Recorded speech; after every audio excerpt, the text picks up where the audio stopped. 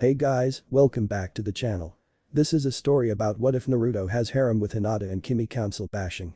Before I start, please support for more amazing content and do consider subscribing to my channel and share this video with your friends. This is written by Tornado Shadow and link in the description and support writer. Let's start the video. Chapter 1. Part 1. Was my first Naruto story and I thought that it could sow some love. Due to that I have done a lot of editing to this chapter and I hope to do the same to the other chapters, of which there are only 8. Disclaimer. I don't own Naruto. Two men lunged toward each other. One a tall man with spiky blonde hair with 2 shoulder-length bangs framing his face, the other a masked man with very short raven hair.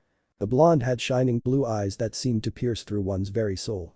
He was wearing the standard Konoha uniform, a flak jacket, a blue headband, blue sandals, and a white cloak. The cloak had red flames adorning the bottom and kanji along the back that said 4th Hokage. The raven had a blood-red eye with 3 tomo rotating slowly.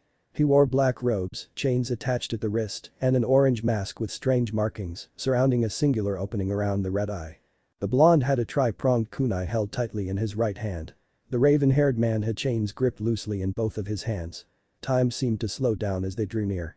The blonde swiftly threw his kunai at the raven's head, yet the kunai seemed to pass through the raven's head without leaving a mark. As they drew even closer the raven began to speak. "I win," the raven said mere inches from touching the blonde. Then in an instant the blonde was no longer in front of the masked man. The blonde reappeared in the air just above the raven-haired man. Catching the kunai, the blonde rotated mid-air and created a blue sphere of moving chakra. "Rasengan." The blonde screamed as he plunged the blue sphere into the raven's back. The moment of contact began to shred apart the skin of the raven and the ground underneath him began to crack. The attack finished a few seconds later, then the blonde marked the back of the raven. Flipping his wrist, the blonde threw a kunai into the ground several feet away. Teleporting to this kunai the blonde locked his eyes on the raven. As the black-haired man rose to his feet he laughed. "You got me," the raven said, a chuckle escaping his lips once more. The blonde narrowed his eyes, a deadly glare in place of once kind eyes. In a mere moment the blonde appeared in front of the raven, embedding his kunai into the stomach of the raven. He then placed a contract seal on the raven in order to break his control over the 9-tailed fox. After breaking the control over the fox, the blonde leaped backwards. As he traveled the raven bounded onto a nearby tree branch just before the blonde landed. A gust of wind suddenly blew through the battlefield, making the blonde's cloak billow out behind him. The red flames that licked the bottom were caked in dust, but the kanji written vertically held no sign of battle. "I should have known Konoha's yellow flash would be the one to stop me," the raven murmured. His eyes tomo began to spin faster and faster until they finally came to a shape. It seemed to be a shuriken with the 3 blades flowing from one to the other in a clockwise direction. Suddenly the raven was sucked into a sort of time-space jutsu. Once the raven had completely disappeared the blonde created 2 shadow clones. With a mere gesture he sent one towards the village and the other away from the village. Breathing in deeply the blonde spun around and launched the kunai far into the distance. Waiting a few seconds the blonde vanished from his prior spot. Every time he teleported he would catch the kunai in the air, he would then throw the kunai again just to teleport to it a few moments later. In a matter of seconds the yellow flash had traveled several miles. As the blonde approached his destination he threw the kunai into the ground and teleported to it. The moment he hit the ground he let go of the kunai, leaving it stuck in the ground. Seeing that everything around him had been destroyed he bowed his head briefly. The thunderous roar of the 9-tailed fox shook the very ground. The blonde slowly brought his head up and focused on the fox. The blonde then brought out another kunai and launched it towards the tailed beast. As the kunai traveled the blonde coughed harshly. The ground just in front of him became coated in blood. Looking at the blood, the blonde hardened his eyes and disappeared. Suddenly the blonde reappeared in front of the 9-tailed fox. A Rasengan appearing in his hand, he slammed it into the fox's stomach, forcing it to stumble backwards. The blonde landed on the ground lightly, then he flipped backwards, narrowly avoiding a massive tail. Coming to a complete stop the blonde's eyes locked onto a golden chain.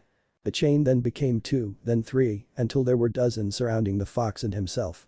Several of the chains then locked around the massive fox. The blonde's eyes then darted onto a kneeling figure. "Kushina." The blonde screamed as he warped time and space. Appearing next to the woman, the blonde embraced her in a hug. The woman had red hair, violet eyes, and massive golden chains coming out of her back. She wore a white blouse under a green dress, gray sandals, and a wristband on her left arm. As the blonde embraced the woman known as Kushina, she peered up at him. A small bundle cradled in her arms. "Minato, I thought I lost you. You were gone for so long I thought that I'd never see you again." She cried gripping onto his cloak tightly. I'm sorry for taking so long, but I'll finish this quickly, Minato said soothingly. He then kissed her forehead and gently pulled away from her. When Minato moved his eyes away from his wife, his entire body became rigid. Pure power seemed to radiate off the fourth Hokage. The fox flinched greatly at the power radiating off the blonde. Lashing at its restraints, it tried to back away from the fourth Hokage. Taking a few steps forward, Minato suddenly smiled. I'm sorry, Kushina, I have to do this. Not just for me, but for the entire world. I know that man will come back and our son is the one destined to fight him. I wish there was another way, but there's nothing else we can do, Minato spoke, his voice cracking with each word, his smile still firmly in place. With a sigh he flew through hand signs. All Kushina could do was nod as tears began to slide down her face. Reaper Death Seal. Minato screamed as a Shinigami manifested itself behind him. The Shinigami then forced its hand through Minato's chest. As it passed through his body, it then extended towards the fox. The instant it came into range, it latched onto the tailed beast's chakra. Once it grabbed the fox, it yanked half of the chakra from the fox. The moment the chakra began to be pulled out, the fox yelped in pain. As about half of all the fox's chakra was pulled out, the Shinigami then cut the chakra with a blade that was formerly in its mouth and sealed it into Minato. As the chakra was sealed, the fox seemed to shrink in size. This chakra is really heavy, I hope Naruto will handle it better, Minato thought as he fell to his knees. Taking several breaths, Minato finally got back to his feet. Blood was slowly trickling down the side of his mouth, but that didn't seem to faze him. He then methodically went through hand seals. When he finished, a small altar appeared in front of him. Taking a few difficult steps, he bent down and lifted the bundle out of Kushina's arms. A small form in the bundle then reached out and grabbed onto Minato's finger. Hey buddy, Minato said as he inclined his head to look at the bundle. A head full of blonde hair and stunningly blue eyes looked back at him. He then slowly walked back to the altar. When he reached it, he gently set down the bundle. The fox, seeing all of this, then forced its arm forward in the now loosened restraints. Seeing this happen, Minato immediately jumped in front of the claw that was heading towards his child, hoping to slow it down enough to save his son. When the claw pierced Minato, he only felt a dull pain. The next instant, his wife jumped in front of the claw as well. Both planted their feet and somehow managed to slow down the claw, enough to stop it completely, only a few inches away from the infant. I guess this is where our story ends, huh? Well, I wouldn't have it any other way. Minato whispered into Kushina's ear. Yep, it seems to be that way. Kushina responded, a burning pain overcoming her entire body. When I seal the fox into Naruto, I'll also seal what's left of our chakra so we can be with him, if only barely. Minato uttered. Alright Naruto, I know you'll go through a lot of pain and suffering, but you need to stay strong, remember who you are, and stay true to yourself. Find a goal, a dream, and don't stop trying until it comes true. There's so much more I want to say to teach you, and I want to stay with you. I love you Naruto, Kushina cried, tears cascading down her face. Sorry Minato, it seems that I took all of your time. She said, glancing towards her husband. No worries, I just have one thing to say. Naruto, find someone or something you truly love and use your strength to protect it. I love you Naruto, always remember that. Minato said as he went through more hand seals. A trigram seal, Minato whispered as he forced the rest of the fox into the small form of his son. As the fox disappeared, Kushina fell forward onto the altar. When she landed, she embraced Naruto tightly and gently set her forehead against his temple. Minato fell down onto his knees, his eyes barely open. Looking towards the border, Minato saw an old man in black battle armor. A small smile then graced his face. Hiruzen made it, it's going to be alright Naruto, Minato thought as he fell to the ground, his entire body bouncing slightly from the impact. The border then fell, allowing the aged man to enter. Minato. Minato. Hang in there. Shouted the third Hokage. As Minato heard his voice, he smiled. His clone made it in time. When Hiruzen finally reached Minato, the only thing he could do was search for a pulse. To his surprise, he felt a pulse, albeit a very faint one. Forcing his eyes open, Minato barely raised his arm off the ground and pointed towards the altar where his son and wife were. Naruto, Minato said in a faint whisper. His arm then fell limp and collided with the ground. The third watched as the life left Minato's eyes. He desperately searched for a pulse but didn't find one, showing that the fourth Hokage had passed. Solemnly, the third rose to his feet. He then moved towards the ritual altar. As he reached his destination, he saw an infant in Kushina's arms. With a nod, the third reached forward but stopped. Kushina's eyes had opened slightly at the third's movement. Make sure Naruto is taken care of, she said, her voice incredibly faint. It seemed that the only thing keeping her alive was worry for her child. I'll make sure he's taken care of, I swear to you, he'll be alright, the third said, easing Kushina's worries. But Kushina said, her body relaxing as her eyes closed. A sure sign of her passing. Tears began to stream down Hiruzen's face. The true gravity of the events that transpired in a matter of moments finally reaching him. Feeling the moisture on his face, he tipped his head back as he stared at the stars. Wonder, what if he got there sooner, what if he was stronger, what if he took Minato's place? He stood like that for several minutes, then the cries of the infant broke his trance. Lowering his head, Hiruzen then wiped the tears from his eyes with his arm and looked back towards Kushina. Moving slowly, the third reached down and lifted the infant from Kushina's arms. He then brought the child to his chest. "You're going to be alright, little one," Hiruzen said, his voice greatly strained. A few moments later, several Anbu arrived. As they landed, they bowed their heads in recognition of their superior. "Take care of their bodies," the third stated as he turned his head slightly to the Anbu. With curt nods, the Anbu set to work. The third nodded in return and started walking towards the Leaf's hospital to make sure the infant was healthy. Several minutes earlier. The tall man with spiky, white hair, a short green kimono shirt, matching pants, a short red overcoat was over the shirt, red, wooden sandals, and slightly visible mesh armor, was sitting at a table writing a book when a thud resounded throughout the room. "Sensei, I have bad news," Minato's clone said worriedly. "What's wrong?" the white-haired man said as he turned to look at his student. "The Nine Tails has been released." "How?" "It was a very dangerous man with the abilities of a Mangekyou Sharingan. I don't know if it was an Uchiha or just someone who got hold of a Sharingan. Either way, be wary of him. I'm sure he'll return." "I see. What's happened since the fox was released?" "I believe that the man has been dealt with for the time being, but I may not be around for much longer." "The Reaper Death Seal." "I can't think of anything else to do," the clone said with a nod at his sensei's question. "I see. I have a request for you." "Minato, what will you have me do?" "Return to Konoha. Unfortunately, my son will be left alone and I want you to take care of him. You're the only person I can trust with this. I know the third has too much on his plate to take care of another child and I'm sorry for pushing this on you, but you're the only one I can trust with this," Minato's clone said, bowing deeply. "I understand. I swear to you, I will take care of your son," the white-haired man's resolve hardened greatly as he spoke. "Thank you, Jiraiya," the clone said, a smile appearing on his face. Reaching into his pocket, the clone grabbed a small scroll and held it out to Jiraiya. The Toad Sage took the scroll and nodded towards the clone. With a bow, the clone then poofed out of existence. Briefly reading through the scroll, Jiraiya then slid it into his pocket. Gritting his teeth, Jiraiya pulled out another scroll and began writing. After several minutes, he stopped writing and set the scroll on the table he was just sitting at. Taking a deep breath, Jiraiya bit his finger hard enough to draw blood, then he spread it across his palm and sped through hand signs. "Summoning Jutsu." Jiraiya screamed as he slammed his hand into the ground. The room became full of smoke as the jutsu ended. When the smoke cleared, a small red toad appeared with blue markings around his eyes and on top of his head. "Kasuke, take a message to the third Hokage." "Yes sir, what's the message?" "Tell him I'll be there soon and give him this scroll," Jiraiya said as he reached over and pulled the scroll off the table and gave it to the toad. With a nod, the toad bounded out of the room's window. "I'll be there soon, Naruto," Jiraiya said under his breath. Gathering together all his stuff, the Toad Sage leaped out of the window of the room he was just in. From there he began his journey to the Leaf Village. After a few miles, the Toad Sage bit his finger again, he then drew the blood across the palm of his other hand and went through hand signs.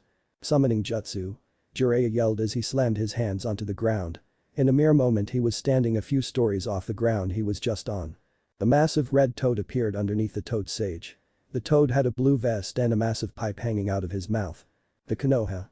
the massive toad asked. "If you would, Gamabunta," Jiraiya replied, sadness stricken throughout his voice. With that, the toad launched across the ground towards the Leaf Village. Slightly easing Jiraiya's worries.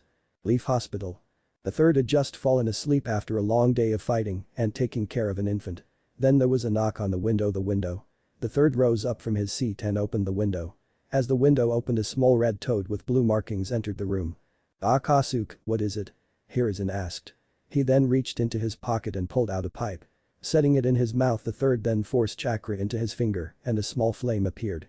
Lifting it to the pipe, the third then deeply inhaled. After a few seconds, he released a puff of smoke. "I have a message from Jiraiya and he said that he will be here soon," the toad said as he handed the scroll to the third Hokage. As he grabbed the scroll, he sat down once more.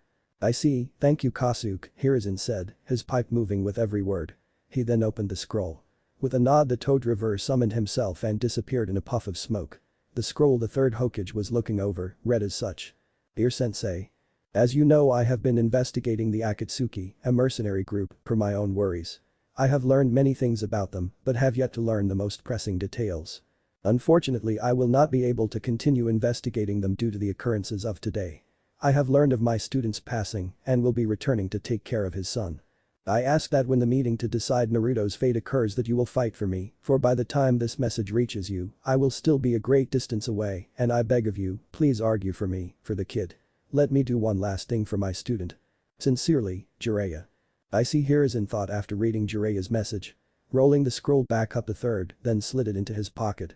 Looking over towards the tiny form of Naruto, Hiruzen nodded his head and steeled his resolve. He then glanced upwards at the clock. The meeting is going to start soon, Hiruzen thought. Rising to his feet, the third Hokage walked over to the cradle and picked up the baby. Holding him gently, Hiruzen began his walk to the council chambers. Council chambers. Hiruzen and the small form of Naruto entered the council room to find several people already seated.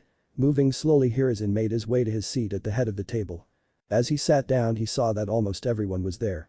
Luckily, they didn't have to go over the reason for the meeting due to the fact that everyone had already been briefed. One was a man with long brown hair and featureless, wide eyes. He wore loose traditional robes with a brown overcoat and brown shinobi sandals. He was obviously the leader of the Hyuga clan. Another was a woman with long, spiky brown hair. She also had brown vertical slit-like pupils. She wore the typical shinobi outfit with a flak jacket over top. She was clearly the leader of the Inuzuka clan. Yet another was a man with very short black hair. He also had black glasses that prevented others from seeing his eyes. He wore a high-collared white jacket, brown pants, and brown shinobi sandals. He was most clearly the leader of the Aburam clan. One more person was a man with a long, spiky red hairpiece and black eyes. He wore a black suit with red samurai armor over top. He was obviously the leader of the Akimichi clan. The person next to this man was yet another man. He had dark hair tied back into a spiky ponytail. He also had black eyes. He wore a mesh shirt, a flak jacket over top of it, and a deerskin jacket over the flak jacket. He also wore black pants and black shinobi sandals. He was most definitely the leader of the Nara clan.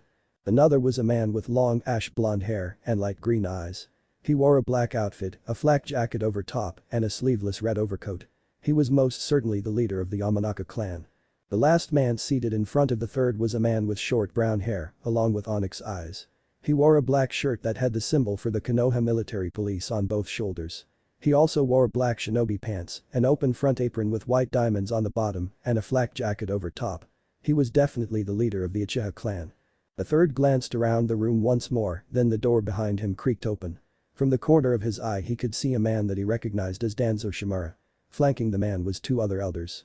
One was a woman with gray hair and barely open eyes. She wore a gray kimono with jacket over top and a sash holding it all together. The other was a man with gray hair, a gray beard, glasses, and black eyes. He wore a blue kimono, a tan overcoat, and a white scarf. Now that everyone is here, we will begin, the third said, his voice clearly echoing around the room. Nodding his head, Danzo began. I suggest that the child be used as a weapon. I disagree, let the Uchiha raise the child, the onyx-eyed man answered. No, the Hyuga should raise the child, the wide-eyed man responded. I disagree on all accounts. I have a feeling Lord Third has a suggestion, the spiky-haired man stated, turning his attention towards the third Hokage. Thank you, Shikaku. I do have a suggestion.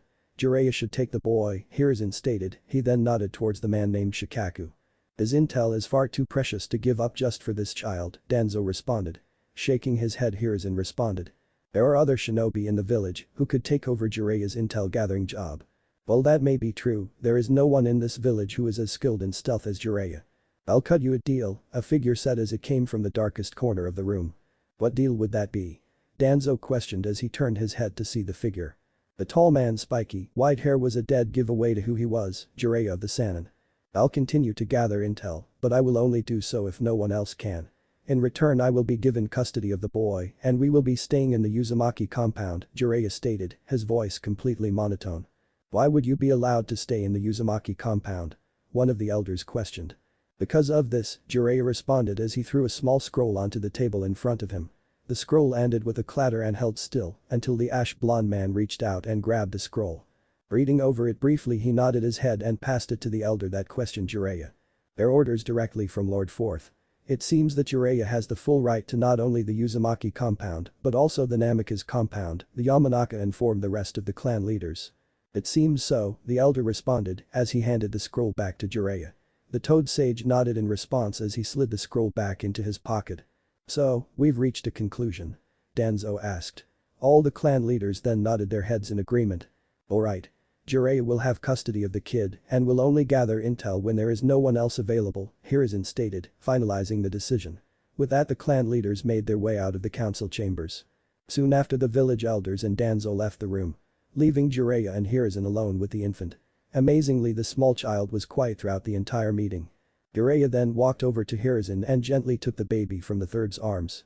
As he brought the child to his chest, the baby took hold of Jiraiya's shirt. Jiraiya then smiled down at the child. Taking a few moments to take in the child, Jiraiya then turned his head towards Hiruzen. "Minato talked to me before his passing," Jiraiya said, looking Hiruzen in the eye. "So he sent you a clone as well?" Hiruzen responded, meeting Jiraiya's eyes. "Yes, that's why I'm here." "I see, and a scroll was given to you by the clone." "Yep, to some extent. The clone gave me a scroll, but not the one I showed the clan leaders." "Oh, so you received the scroll you gave to the clan leaders beforehand?" "Not quite. In the scroll Minato's clone gave me, there was a seal. That seal held 2 other scrolls in it. One of the scrolls is the one that I showed the council." "Ah, I see. Thank you for telling me," the third responded. "Is there anything else you need to talk about?" Jiraiya questioned. "Yes, when did you arrive?" "A few minutes ago. I was traveling with Gamabunta until the front gate was in view.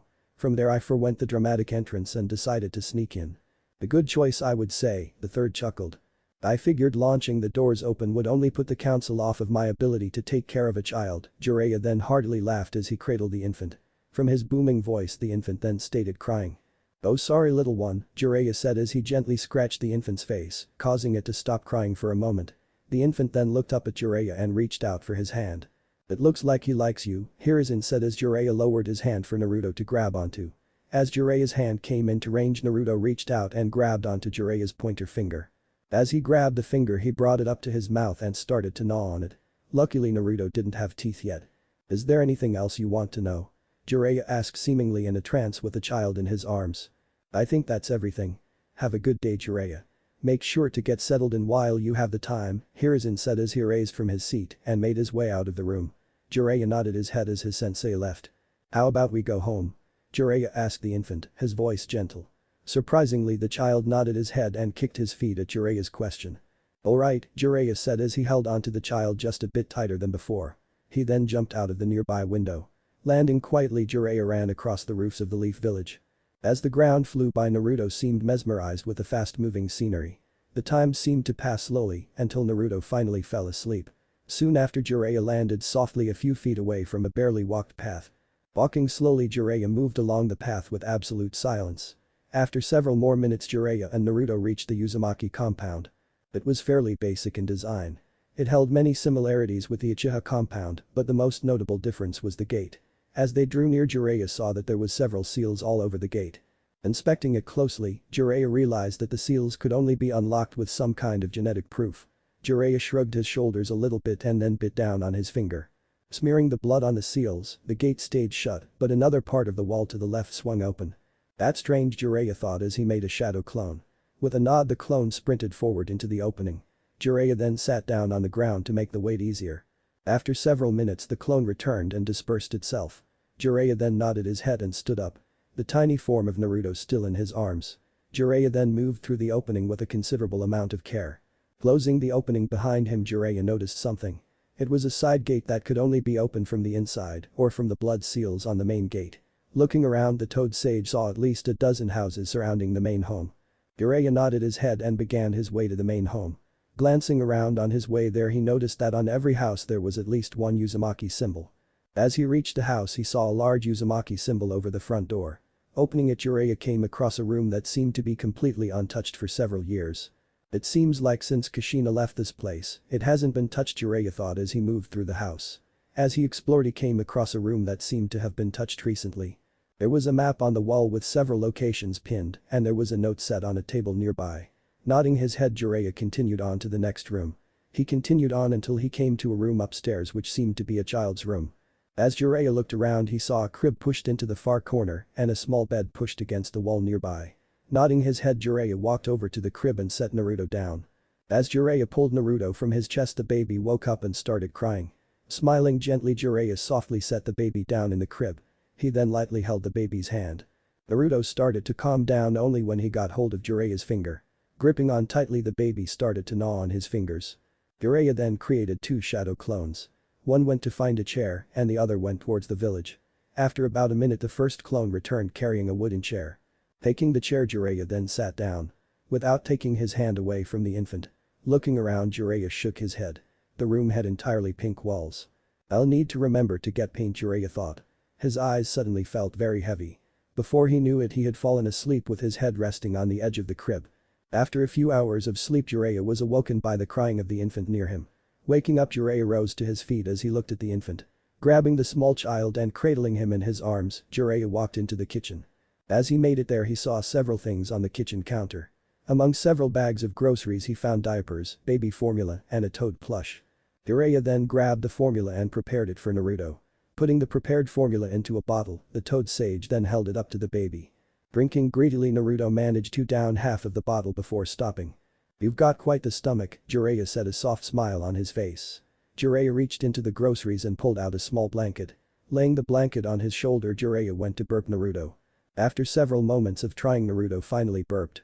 Jiraiya then gave the infant more formula. When the bottle was finally gone, Jiraiya then burped Naruto again.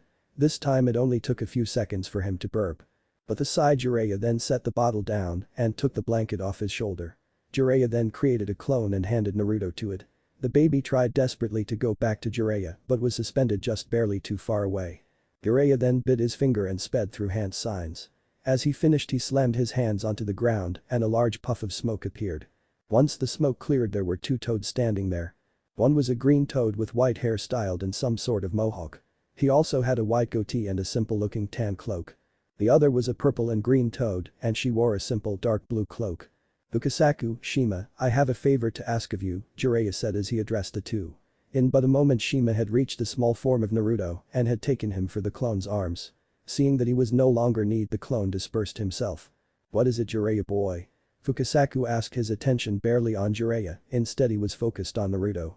"I need you two to watch Naruto for a little bit," Jiraiya said, a sheepish look overcoming his features as he scratched the back of his head. "Well of course. We'd love to look after this cutie," Shima replied while playing peekaboo. The baby seemed to really enjoy the game that Shima was playing with him. Naruto was it? A fine name. "I must ask though, what would you be doing Jiraiya boy?" Fukasaku asked, turning his attention entirely to Jiraiya. "I'm going to fix up his room a little bit. It was all so pink, so I figured that I would repaint it, plus I'm also going to clean this house up a little bit," Jiraiya said, a smile going into full force. "Alright then," Fukasaku said as he moved over to Naruto. With a nod Jiraiya created a few clones before he reached into the bags of groceries and pulled out several cans of paint. One of the clones then grabbed several blankets, sheets, and the toad plush. The other clone then grabbed a paintbrush and a few bags of cleaning supplies. As they set to work the two toads began to look after Naruto. 2 hours later. Naruto had taken quite the liking to both of the toads. He seemed to enjoy their presence, let alone all the fun games they played with him. As Naruto was giggling from another game Shima was playing with him, Jiraiya returned from his cleaning escapade. "I got the room finished," Jiraiya said as he sauntered over to Naruto. When Jiraiya came into Naruto's view, Naruto's attention went from Shima to Jiraiya. "Okay, let's see it," Shima said as she picked up Naruto. She then started moving towards Jiraiya with Fukasaku following close behind. As they reached Jiraiya, Naruto extended both of his hands towards Jiraiya. Smiling gently the Sannin then picked up Naruto. Jiraiya and the two toads then made their way to the room that Naruto slept in the night before. "My oh my, you did quite well Jiraiya boy," Fukasaku said as he glanced around the room. A smile spreading across his face. The light pink walls had been transformed into what seemed to be an almost exact replica of the beautiful landscapes of Mount Myaboku. The pure nature that was reflected in the massive plants was astounding. It was a sheer bit of amazement that Mount Myaboku's beauty could be conveyed through something so simple as the walls of a child's room. Both the crib and the children's bed had gone from pink sheets with white designs to blue sheets with orange Uzumaki symbols. In the crib there was the small toad plush set near the small pillow meant for the infant's head. Looking around Naruto reached out towards the beautiful fauna of Mount Myaboku. Unfortunately, when Naruto touched the wall he realized that it didn't feel right. He then pulled his arms back and buried his head into Jiraiya's shirt. Jiraiya then struck Naruto's back to comfort him. "Someday you should bring him to Mount Myaboku," Shima stated as she turned her attention onto Naruto. "I'll have to make sure of that," Jiraiya said, his eyes much kinder than the toads had seen in a very long time. "But I believe it's time for us to leave," Fukasaku said as he nodded towards Shima. "Alright, I'll see you two later," Jiraiya responded as Fukasaku and Shima reverse summoned themselves. Jiraiya and Naruto then spent the rest of the day doing almost nothing. Chapter 2. Part 2. Disclaimer. I do not own Naruto. Naruto's harem is as listed. Anko, Gaia Femgara, Femhaku, Hana, Hinata, Femkakashi, Karen, Konan, Kurenai, Kuritsuchi, Izumi Femitachi, Mei, Samui, Satsuki Fem Sasuke, Tamari, Yugao, and Yujito. Sorry for all the confusion with this.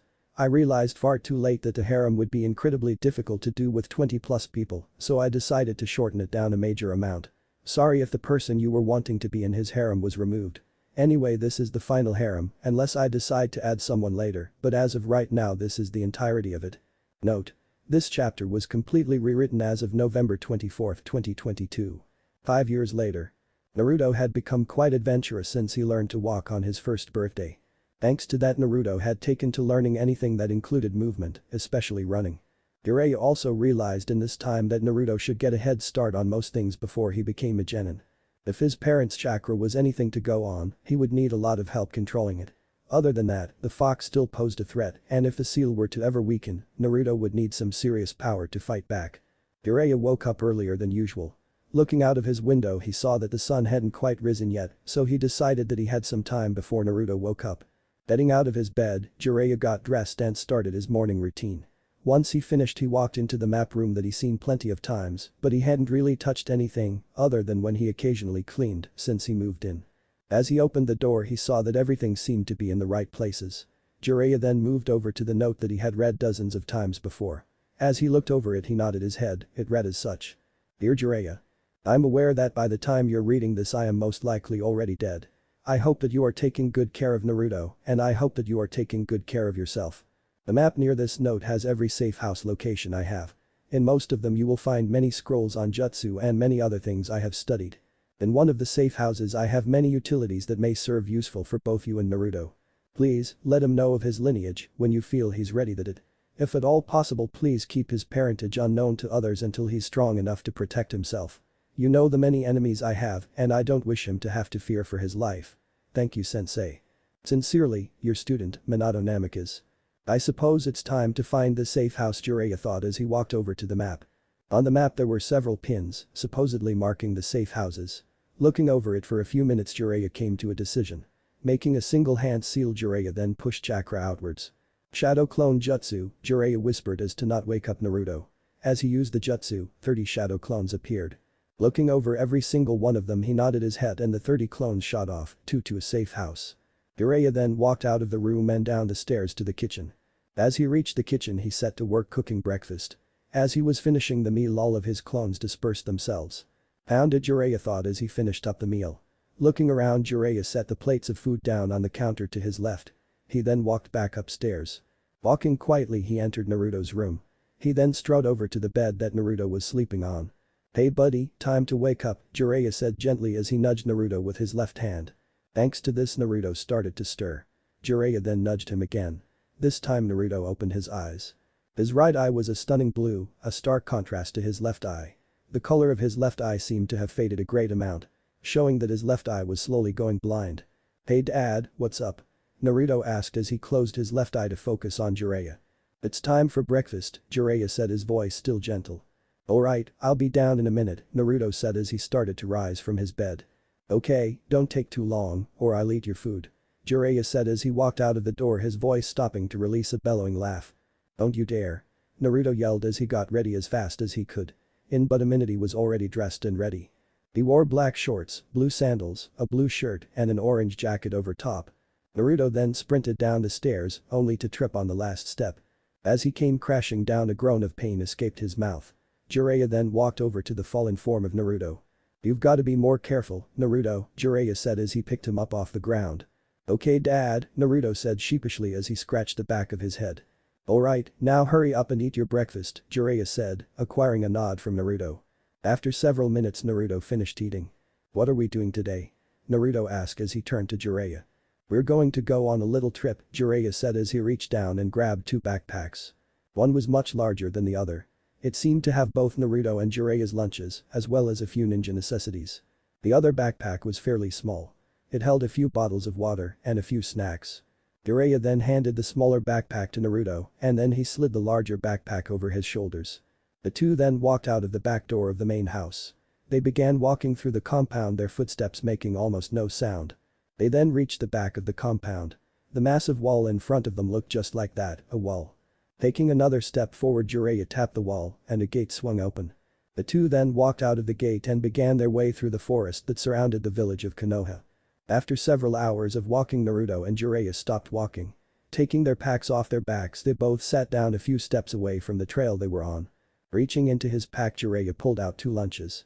He then handed one to Naruto. Afterwards he opened the other lunch and began eating. "This is really good," Naruto joyfully said as he continued eating. Jiraiya responded with a nod. After several minutes they both finished eating. Continuing on their walk, the two didn't say much. Naruto was concerned about where they were going. Jiraiya was pondering many things, but the one that was most prevalent was what to do with Naruto's eye. If his eye doesn't get better soon, then I might need to find a replacement, Jiraiya thought as he walked, Naruto's pace being much faster than usual to keep up with Jiraiya. Seeing this, Jiraiya slowed down a little bit so that Naruto could walk a little easier, and he would prefer if Naruto would try to walk so fast. After several minutes of walking, they came to a seemingly basic building. It wasn't very large in size, and it seemed to be just another temporary home. Like the ones that were scattered all throughout the Land of Fire. As they came closer, a large seal became apparent on the door. "What's that?" Naruto asked as he tilted his head in confusion. "That is a chakra seal.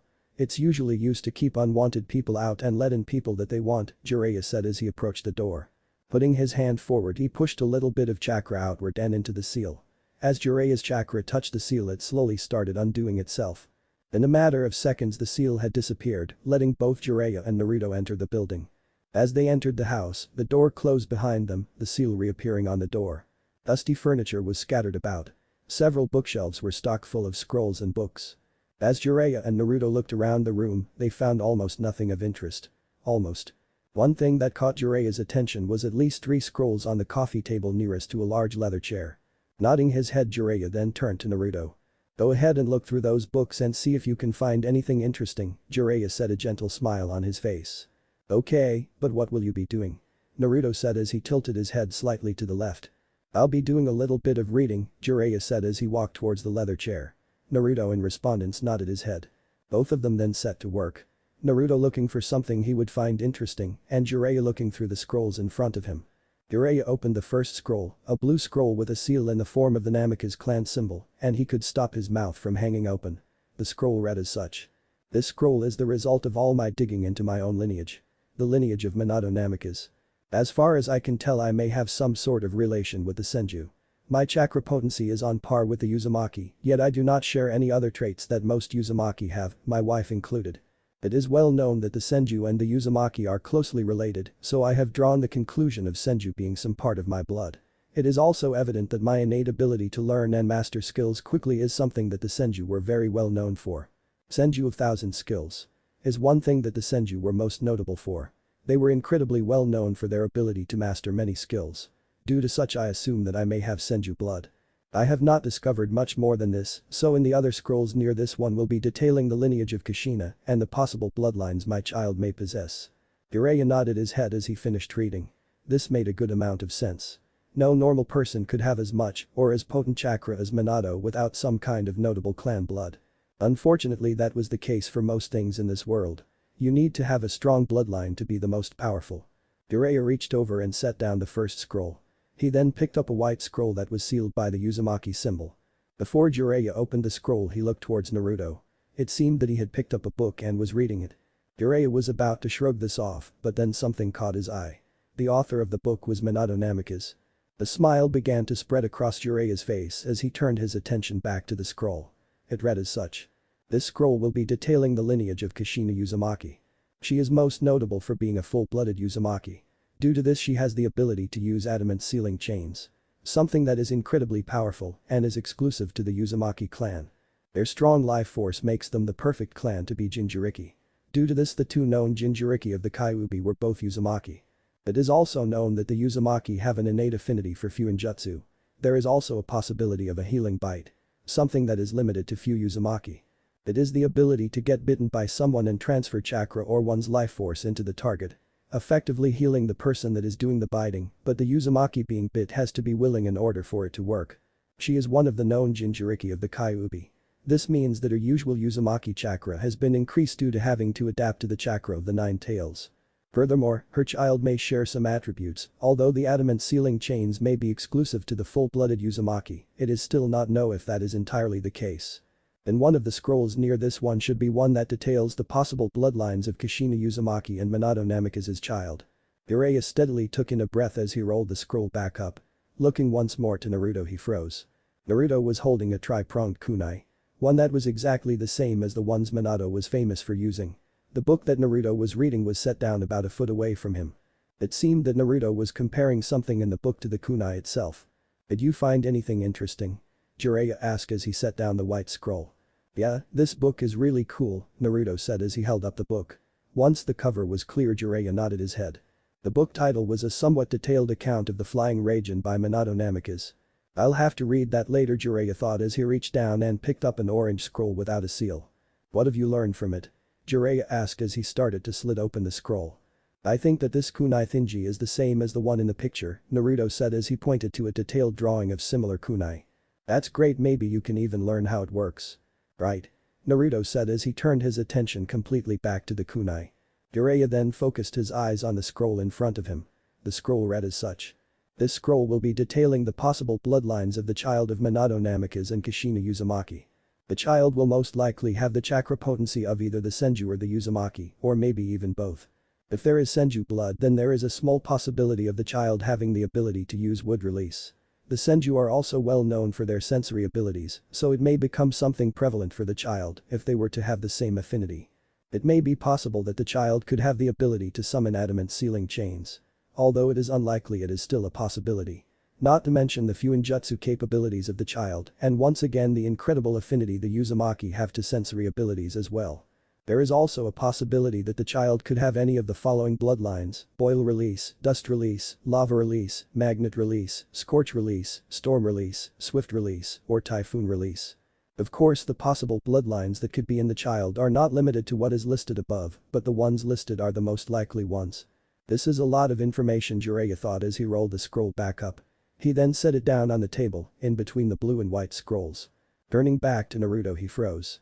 Naruto had just thrown the kunai across the room, albeit softly, but still he threw it across the room.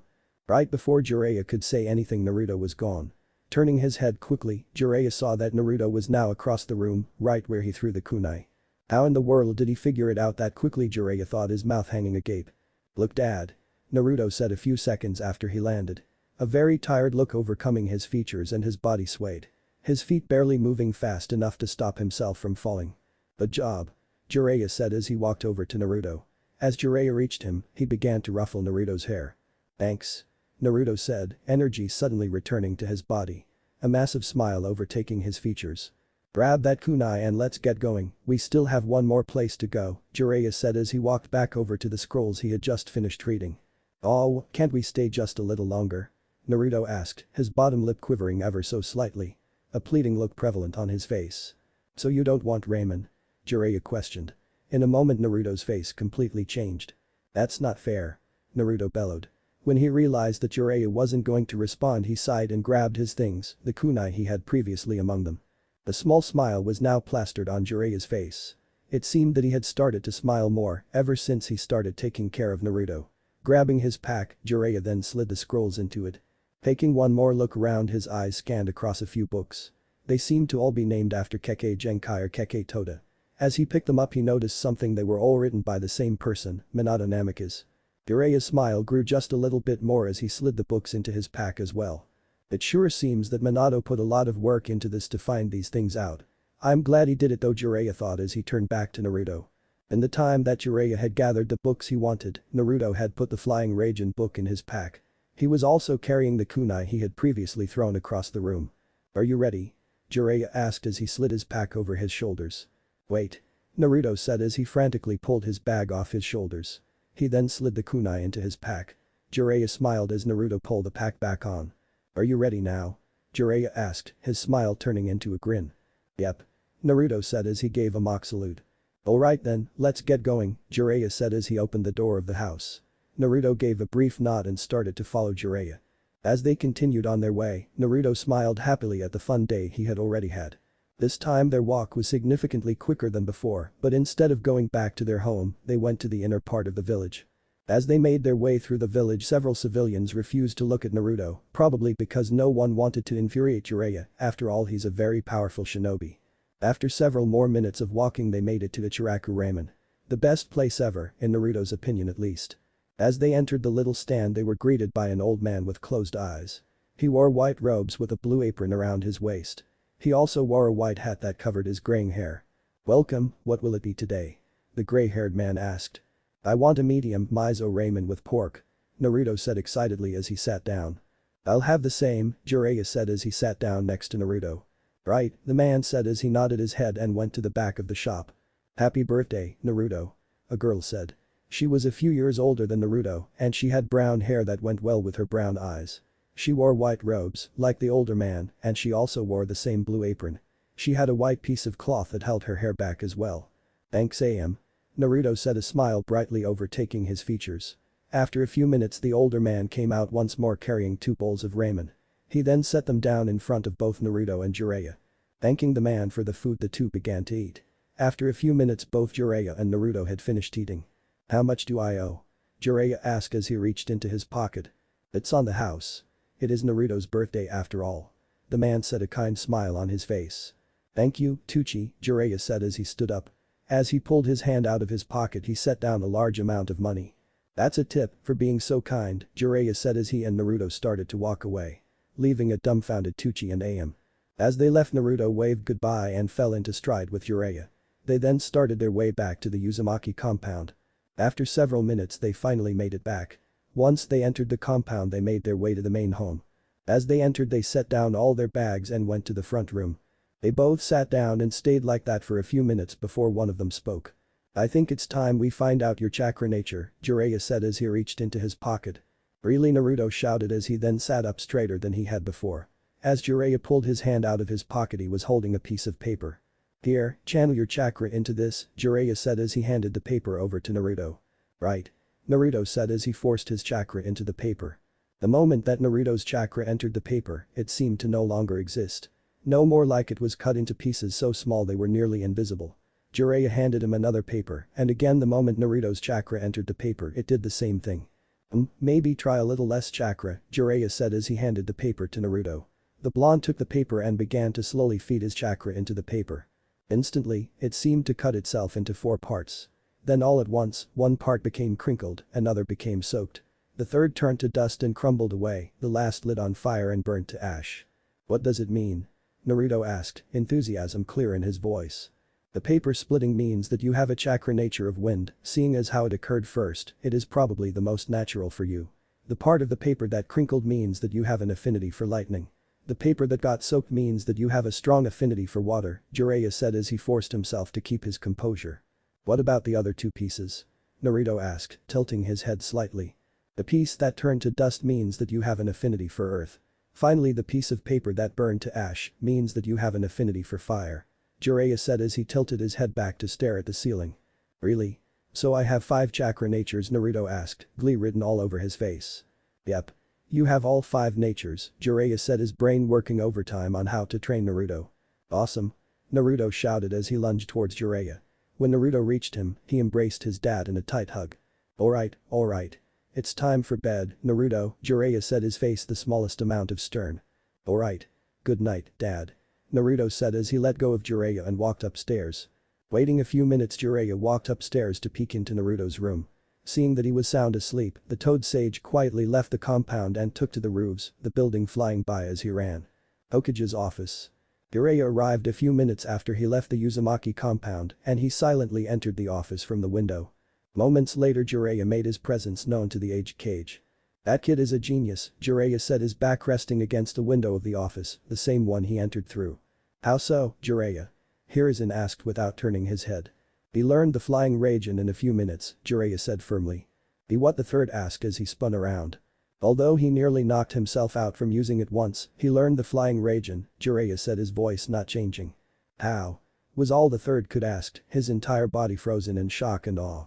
"I don't know, I guess either he learned it from the book he was reading or he got lucky. I wasn't really watching because I was too busy reading these," Jiraiya said as he tossed the 3 scrolls on the desk. Ahem, I see, and these are? Hiruzen questioned as he compassed himself. They talk about Minato's, Kushina's, and Naruto's lineages, Jiraiya said as he pushed off the wall to face the Hokage directly. They what Hiruzen growled, every ounce of willpower he had was used to keep himself from shouting. Minato thought that Naruto could have somewhere close to 20 Kekkei Genkai, Jiraiya continued, having come to terms with this long beforehand. Do you know what ones he might have? Hiruzen asked, completely giving up on trying to think rationally. I haven't checked yet. I plan to do so in a few years, hopefully by then, Jiraiya said as he inhaled deeply and released an equally long sigh. What is it, Jiraiya?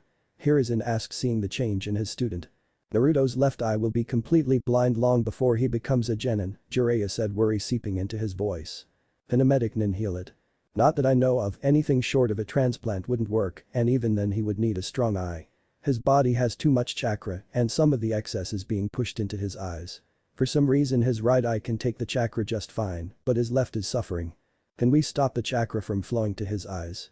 If we did that he would go completely blind in both eyes. I've tried to find a way around it, but I can't. I even tried to contact Tsunade. And?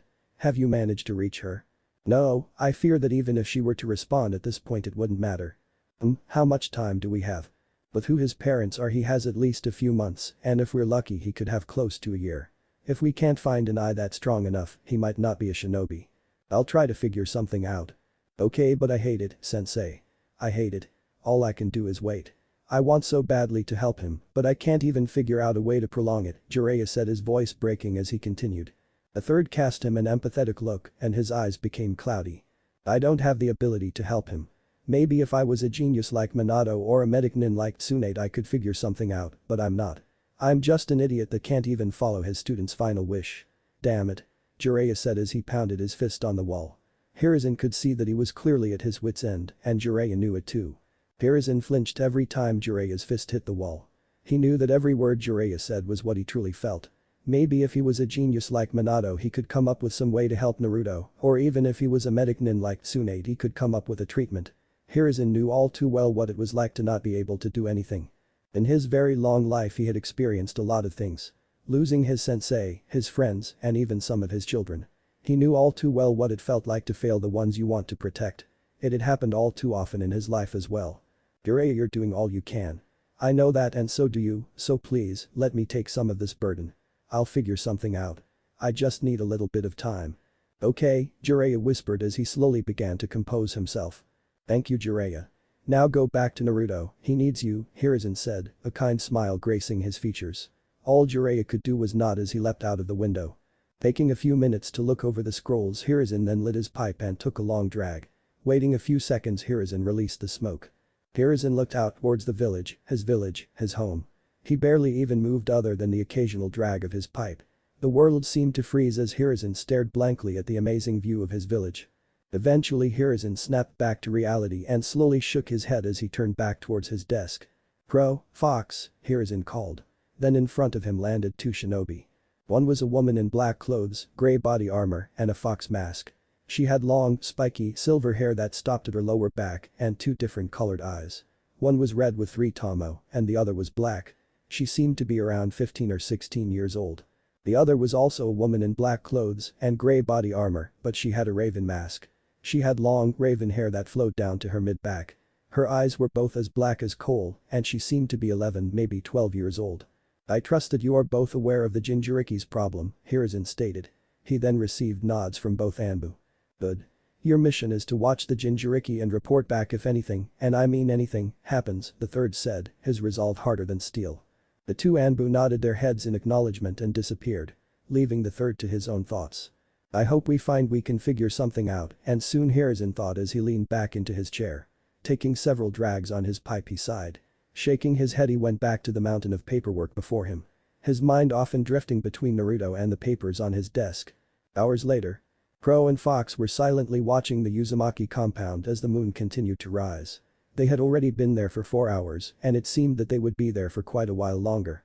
Go see your sister, Fox said, her back resting against a tree. Crow merely shook her head in response. Fox sighed as she tilted her head to look at the sky. You need to spend more time with your sister before something happens to you, the silver-haired woman said. I can't simply abandon my post, was Crow's short reply. Kids are only little for so long, Fox mumbled. Crow gave a nod as she too looked towards the sky. Fox gave a long sigh as she focused her eyes on the main building in the compound once more. Days later. Fox had been gone on a mission for several days, which left Crow alone to watch the compound. Of course Crow was content to have a few peaceful nights to herself, and that's exactly what she got. Crow's shift was drawing to a close when Jiraiya and Naruto exited the compound. She froze for a few seconds as she watched the pair leave. The raven slowly let out a breath as she shut her eyes.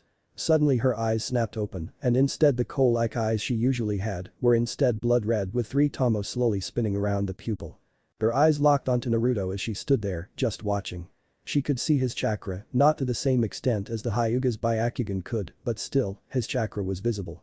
In her short life she had seen many kinds of chakra, some intense, some peaceful, some dark, some light, and even mixtures of intense and dark, or peaceful and light, but everyone's chakra had some darkness in it, yet Naruto's chakra was something completely different. While it looked very similar to just about anyone, there was something different about it. For some reason it seemed to contradict itself. It seemed so peaceful yet intense at the same time, almost like nature itself. No matter how hard she strained her eyes she couldn't find any real amount of darkness in it. It didn't make sense. He had the Kyuubi, everyone in the Anbu knew that, but why didn't that disturb his chakra? It seemed so bright that even the lightest chakra she had ever seen didn't even compare to his. There was something special about him that Crow just couldn't figure out. She had a pretty good guess of his parents, the blonde hair was a dead giveaway, but something didn't line up. On occasion she had seen him get hurt, but in a few moments the wound was completely healed. It was probably the Uzumaki heritage, but the Kyuubi might also play a part in his healing. Yet that begged the question of why was his chakra was so bright when the fox was almost entirely pure evil. As she continued to think, she almost subconsciously began to follow him. There was something about him that was just different. It didn't make sense, why could he confuse her so badly? Her thoughts continued to go in circles until she realized that she'd stopped moving. How did I get here? Crow thought as she glanced at her surroundings. She saw Naruto's blonde hair and the massive man next to him, and she shook her head. Why did she feel an urge to follow him wherever he went? It didn't make sense. Just something else to add to the list of questions that seemed to grow by the second. Crow shook her head as she kicked off the roof she was resting on and made her way towards her home. Maybe she was too worked up, maybe she just needed a break. Well, either way she needed to relax and probably also get some sleep. Weeks later. Fox was half-heartedly watching the compound as she began to think. How did she end up with this mission? Typically a sensor type or even a long-range fighter would have a mission like this. Yet she was a short-range fighter. One that was most deadly the closer the combat became. So why had she been given this as a mission? Not for the first time, Crow was away on a mission. It seemed odd that only Crow or herself were to watch the compound. Surely, any other Anbu would suffice, but then why was it specifically them? Too many things didn't line up. Something didn't feel right about this. Why were neither of them away at the same time? Why did she have so many questions? It wasn't normal. Fox didn't typically have time to think of why things were the way they were. That was part of the reason she joined the Anbu. Come on. Naruto cried. He sat on the ground with a frustrated look on his face. Jiraiya had left to get some things from the inner village, which left Naruto alone to train. More often than not Naruto was stuck with trying to control his chakra. Fox could easily tell that it was powerful. She didn't even need her Sharingan to know that. It felt different. His chakra wasn't normal. Something was just different about it. It didn't hold the same darkness that everyone else had. Even the brightest of person had some darkness to their chakra, but Naruto didn't. Either something was very wrong with him, or he simply just didn't have the same darkness, the answer to which she didn't know. Naruto had become something of a fascination to the silver-haired woman. She watched him intently as he tried to get a leaf to stick to his forehead. The purpose, she guessed, was to control your chakra well enough to keep it stuck to your forehead without any physical contact. He tried again, and just when he was about to try it again, he froze. His hand went to his eye and he sat there, holding it. Something stirred inside of Fox when she saw this. Normally she would look away, but for some reason her eyes were glued onto him. An uneasy feeling began to stir in her stomach as she watched the blonde. Every fiber of her being told her to hold him and tell him it was alright, but her rational mind kept her rooted in place. She couldn't let him know of her existence. It would only complicate matters if she did. So she sat there. Eventually Naruto let his hand fall to his side as he rubbed the leaf between his fingers. Moments later he continued his training. Months later. Over the last few months Naruto's eye had gradually gotten worse and Crow's questions continued to go unanswered. In all the time she had spent watching him, she caught herself following him more and more often. Fox and Crow had spent most of their evenings simply watching the compound, and any time they weren't doing so they would be on missions, but they were never gone at the same time. Why was that? Crow seemed to delve deeper and deeper into thought as they watched the compound. "What's on your mind?" Fox asked. "It's nothing," Crow replied. "Just don't let it get in the way of our mission," Fox said with a sigh. "Understood," Crow answered. The pair of Anbu settled into their spot and waited. It was rare if even a small disturbance occurred around the compound. There was just something about it that seemed to keep the area peaceful. Once or twice the pair of Anbu had intercepted children who seemed to be lost. Thankfully the children easily accepted the help offered to them. Otherwise the only noise to ever disrupt the peaceful area came from the compound itself. Naruto and Jiraiya had made a habit of trying to get a better handle on Naruto's chakra. He just had so much of it that he could only get mastery over it to a certain extent, but that progress would either reset entirely or be put even further back by the next day. Presumably from his increasing incredibly quickly. It was no wonder that Naruto's eye was getting worse, that much chakra in general would no doubt cause a problem of some kind. Unfortunately, Naruto's problem was twofold. Not only was his eye getting worse, but he also couldn't even keep control over his chakra for more than a day. The following hours passed quickly as Crow enjoyed watching the blonde train. It was odd, normally seeing someone do something so simple was a given, but every time Naruto did something correctly, even something so basic and controlling some of his chakra, it made Crow happy. But who knew how Fox felt on the matter? She hardly ever said what was on her mind and she always seemed so relaxed that it didn't make sense. The sun fell and soon the area was silent once more. Once or twice Crow had caught Fox following the pair as well, but maybe it was for a different reason than Crow herself. Or maybe it was for the exact same reason. Surely Fox had seen what Crow had, they both had the Sharingan, so it wouldn't be a stretch to think so. The night began to wane, and Crow continued her silent musing. "Go on home, it won't be long until Lord Jiraiya wakes up," Fox stated, Crow's head snapping towards her. "Very well thank you," Crow said as she rose to her feet. Fox gave her a brief nod and Crow took off towards her clan's compound. As she went the trees seemed to fly by.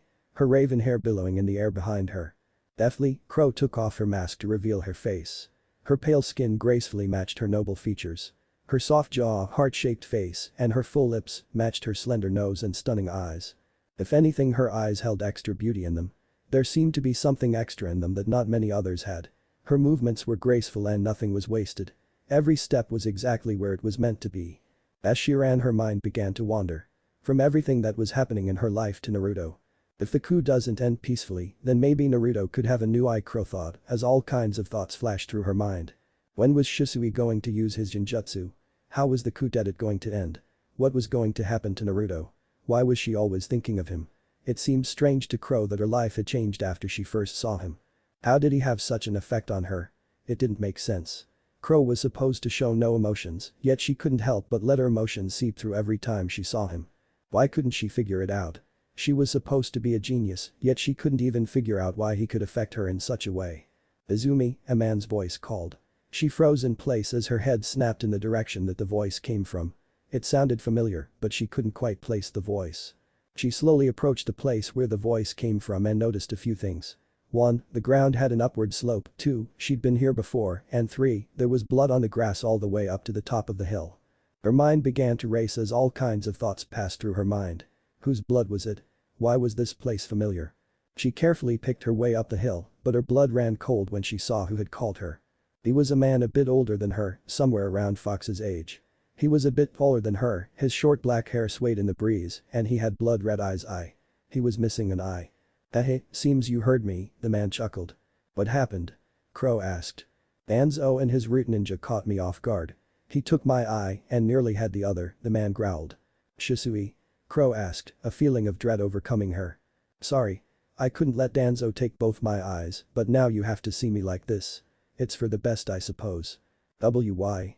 That kid you've been watching, I've seen you around him quite a lot. He's different from you and me. Maybe he's the person that will stop all this pain and hatred." What? You know it too, don't you? Seems his luck may have finally turned around." "Shisui wa. You can tell a lot about a person by their chakra, but you probably know that better than me. That boy is meant to do great things. I want to help him in any way I can, but it seems that the only thing left I can do is give him this eye." Wait.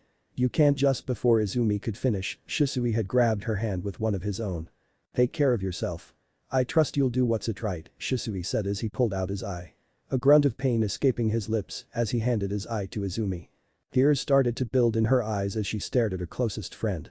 He released her wrist and their arms fell to their sides. "Goodbye, my friend," Shisui said as he fell backwards. Izumi tried desperately to grab his hand, but he was already too far gone. The tears in her eyes burned. Her eyes flashed red, and the three tomo that normally surrounded her pupil began to spin. In a matter of seconds they met with the pupil and changed. Her eyes had changed into something else, something new. She had awakened her Mangekyou Sharingan. Her eyes were still blood red, but the tomo and pupil had merged together to form a three-pointed shuriken. Tears trailed down her face as she fell to her knees. It seemed that she had gotten one answer. He could affect her in those ways because she wanted to follow him. He was one of a kind, and Shisui had put his faith in him. Who was she to deny her friend his last wish? Maybe he was wrong, but Shisui saw the same thing in Naruto that she had. The only difference was that Shisui understood what it meant and the supposed prodigy of the Uchiha clan couldn't understand one damn thing. Izumi had made up her mind. She would help him too. Obviously she couldn't do what Shisui had done, but at least she could ensure that Shisui's final wish came true. She slowly rose to her feet and turned towards the way she came from. Even faster than before she ran towards the Uzumaki compound. Her heart was pounding as she went. Some amount of common sense was still in her mind as she slid her mask over her face once again. Minutes later. Fox had resigned herself to simply glancing around, not really paying much attention to anything. Then her stomach started to twist in knots. That wasn't a good sign. She suddenly sat up straight and looked around. Something was wrong, very wrong. It wasn't even 5 in the morning, yet most of the main house had lights on. That wasn't good. Jiraiya liked to sleep in, and so did Naruto. Something was seriously wrong. Fox's heart started to beat faster as she examined her surrounding. What had happened? Did someone break in? No, those seals were too strong, and surely Jiraiya would easily be able to take care of them. So what happened? It didn't add up. Nothing was out of place, so why were the lights on at this time of the day? She looked around frantically trying to find an answer when Crow landed right next to her, a worried look in her eyes. "Why are the lights on?" Crow asked. "Not sure, but something isn't right," Fox replied, her eyes drifting to Crow's hand. "We should tell the Hokage," Crow said, almost mechanically. Blood slowly dripping from her hand. "We can't, at least not until we know why," Fox said. Luckily they wouldn't have to wait long to get their answer. Jiraiya came bounding through the door of the main house with a balled-up Naruto in his arms. He didn't bother to try and open the gate, instead he leapt over it. Of all things, the Toad Sage simply jumped over the gate. Worry immediately filled both women as they followed after Jiraiya. They followed slightly behind the Sannin, hoping that they could figure out what was going on. "One of you two tell the Hokage I'm going to the hospital," Jiraiya called. The pair of Anbu froze for a moment before their shinobi minds kicked in. Immediately Fox diverted away from Jiraiya and instead started to head to the Hokage's tower. Crow on the other hand continued to follow Jiraiya. Hokage tower. Fox had arrived far quicker than she expected. Maybe it was the worry she was filled with or simply the nerves, but she had made it to the Hokage's tower in less than 5 minutes. "Lord Third." Fox called as she landed in front of the aged cage. "Speak," Hiruzen commanded. Something bad had happened, he could feel it. "Jiraiya is taking Naruto to the hospital, it's urgent," Fox responded, finally seizing control of her emotions once more. "Where's Crow?" She followed Jiraiya. "I see. Tell my secretary that I'll be gone for a little while." "Yes, Lord Third," Fox said, and suddenly Hiruzen was gone. Konoha Hospital. Jiraiya had arrived in a very worried state. The boy in his arms seemed to be trying to escape the pain that his eye was in. The moment the woman that usually worked the front desk saw Jiraiya, she immediately stood up. Their eyes met for a single heartbeat and she pointed to a room. Jiraiya nodded in response and entered the room in mere moments. Jiraiya looked around the room frantically, as if trying to find someone to help. Not long after Jiraiya entered the room, a doctor and 2 nurses entered. Unknown to almost everyone, Crow had managed to enter the room unseen. She silently watched as Naruto was set on a bed and the nurses set to work immediately to figure out what was wrong. "What happened?" the doctor asked. "I'm not sure. He was curled into a ball when I found him. His eye must be getting worse," Jiraiya mumbled. "I see," the doctor said as he glanced at his nurses. "His heart rate is unnaturally high, his chakra seems to be pulsating, and his eye seems to have gotten worse," the nurse said. Jiraiya's heart sank. Why hadn't he seen any signs? The doctor's eyes grew ever so slightly as he took in the information. He walked over to Naruto and did the tests once again. The nurse was right. Naruto's heart rate was far higher than it should be, and his chakra was pulsating. These, obviously, weren't good signs. Then the doctor examined Naruto's eye. "Damn it," he muttered. "He needs to go into surgery immediately, his eye is killing itself," the doctor said. The entire room froze for Jiraiya. Why hadn't he seen this coming? There should have been a sign of some kind.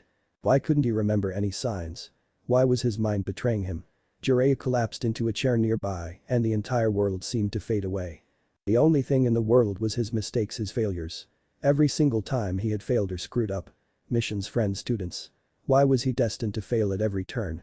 Crow silently followed the doctor as he brought Naruto into a room that was made for surgeries. Time seemed to stand still as the doctor and nurses began to treat Naruto. Hours passed as they finally finished the surgery. Crow stood far away from everything, merely observing from the corner, her hand covered in dry blood, but open. With Jiraiya. The tall man hadn't even shifted from his position when the third had entered the room. It was not long after Naruto was taken to surgery that the third had entered, but he had sat there, right beside Jiraiya for the past few hours. The nurse entered the room and said something, but Jiraiya was too absorbed in reliving everything he had failed at throughout his life to even notice the nurse.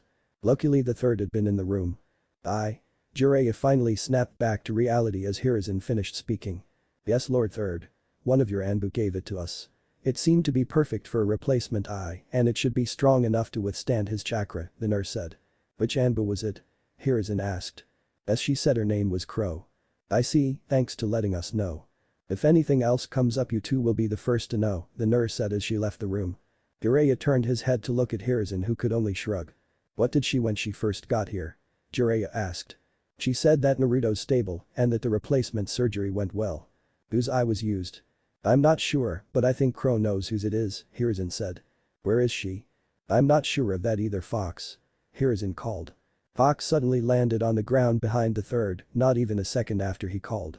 Find Crow and send her back here, Hiruzen ordered, and Fox was gone once again. Fox knew where Crow was. In fact, Crow was exactly where Fox wanted to be. She silently maneuvered her way through the building and entered the surgery room. In the far corner stood Crow. Completely invisible to everyone else in the room. Fox silently made her way towards the Raven.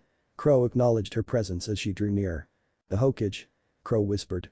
Fox nodded her head and before she knew it, she had taken Crow's former position. Her eyes locked onto Naruto as her thoughts began to drift towards the blonde. Crow similarly took Fox's place.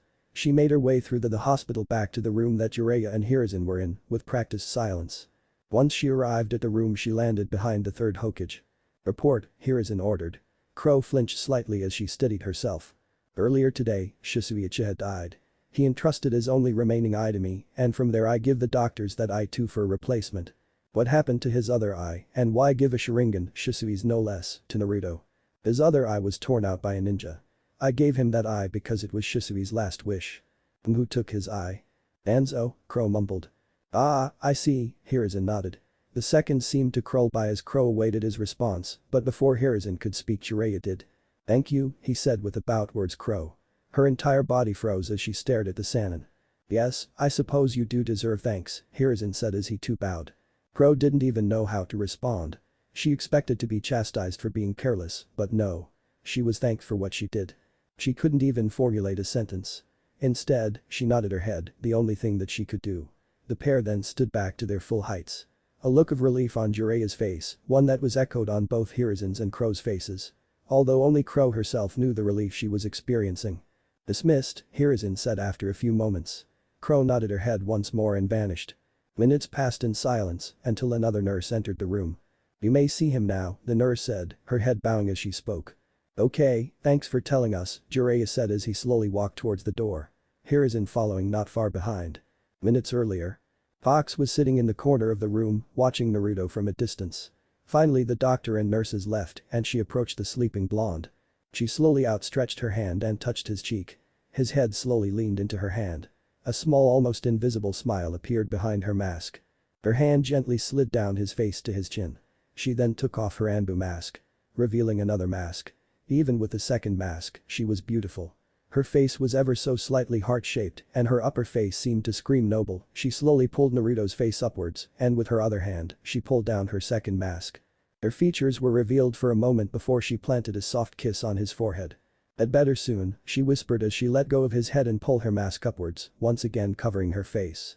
She moved backward slightly as she placed her Anbu mask on her face once again. She watched him for a few more moments before she vanished. Minutes passed as Jiraiya and Hiruzen walked through the halls of the hospital to the room that Naruto was now in. Once they reached the room, Jiraiya pulled the door open and stepped inside. Time seemed to slow down as the Toad Sage looked at Naruto. The blonde seemed to be doing better. He didn't look to be in any more pain and he was sleeping peacefully. Jiraiya walked closer to the bed and sighed. Naruto was fine. Jiraiya hadn't failed him completely.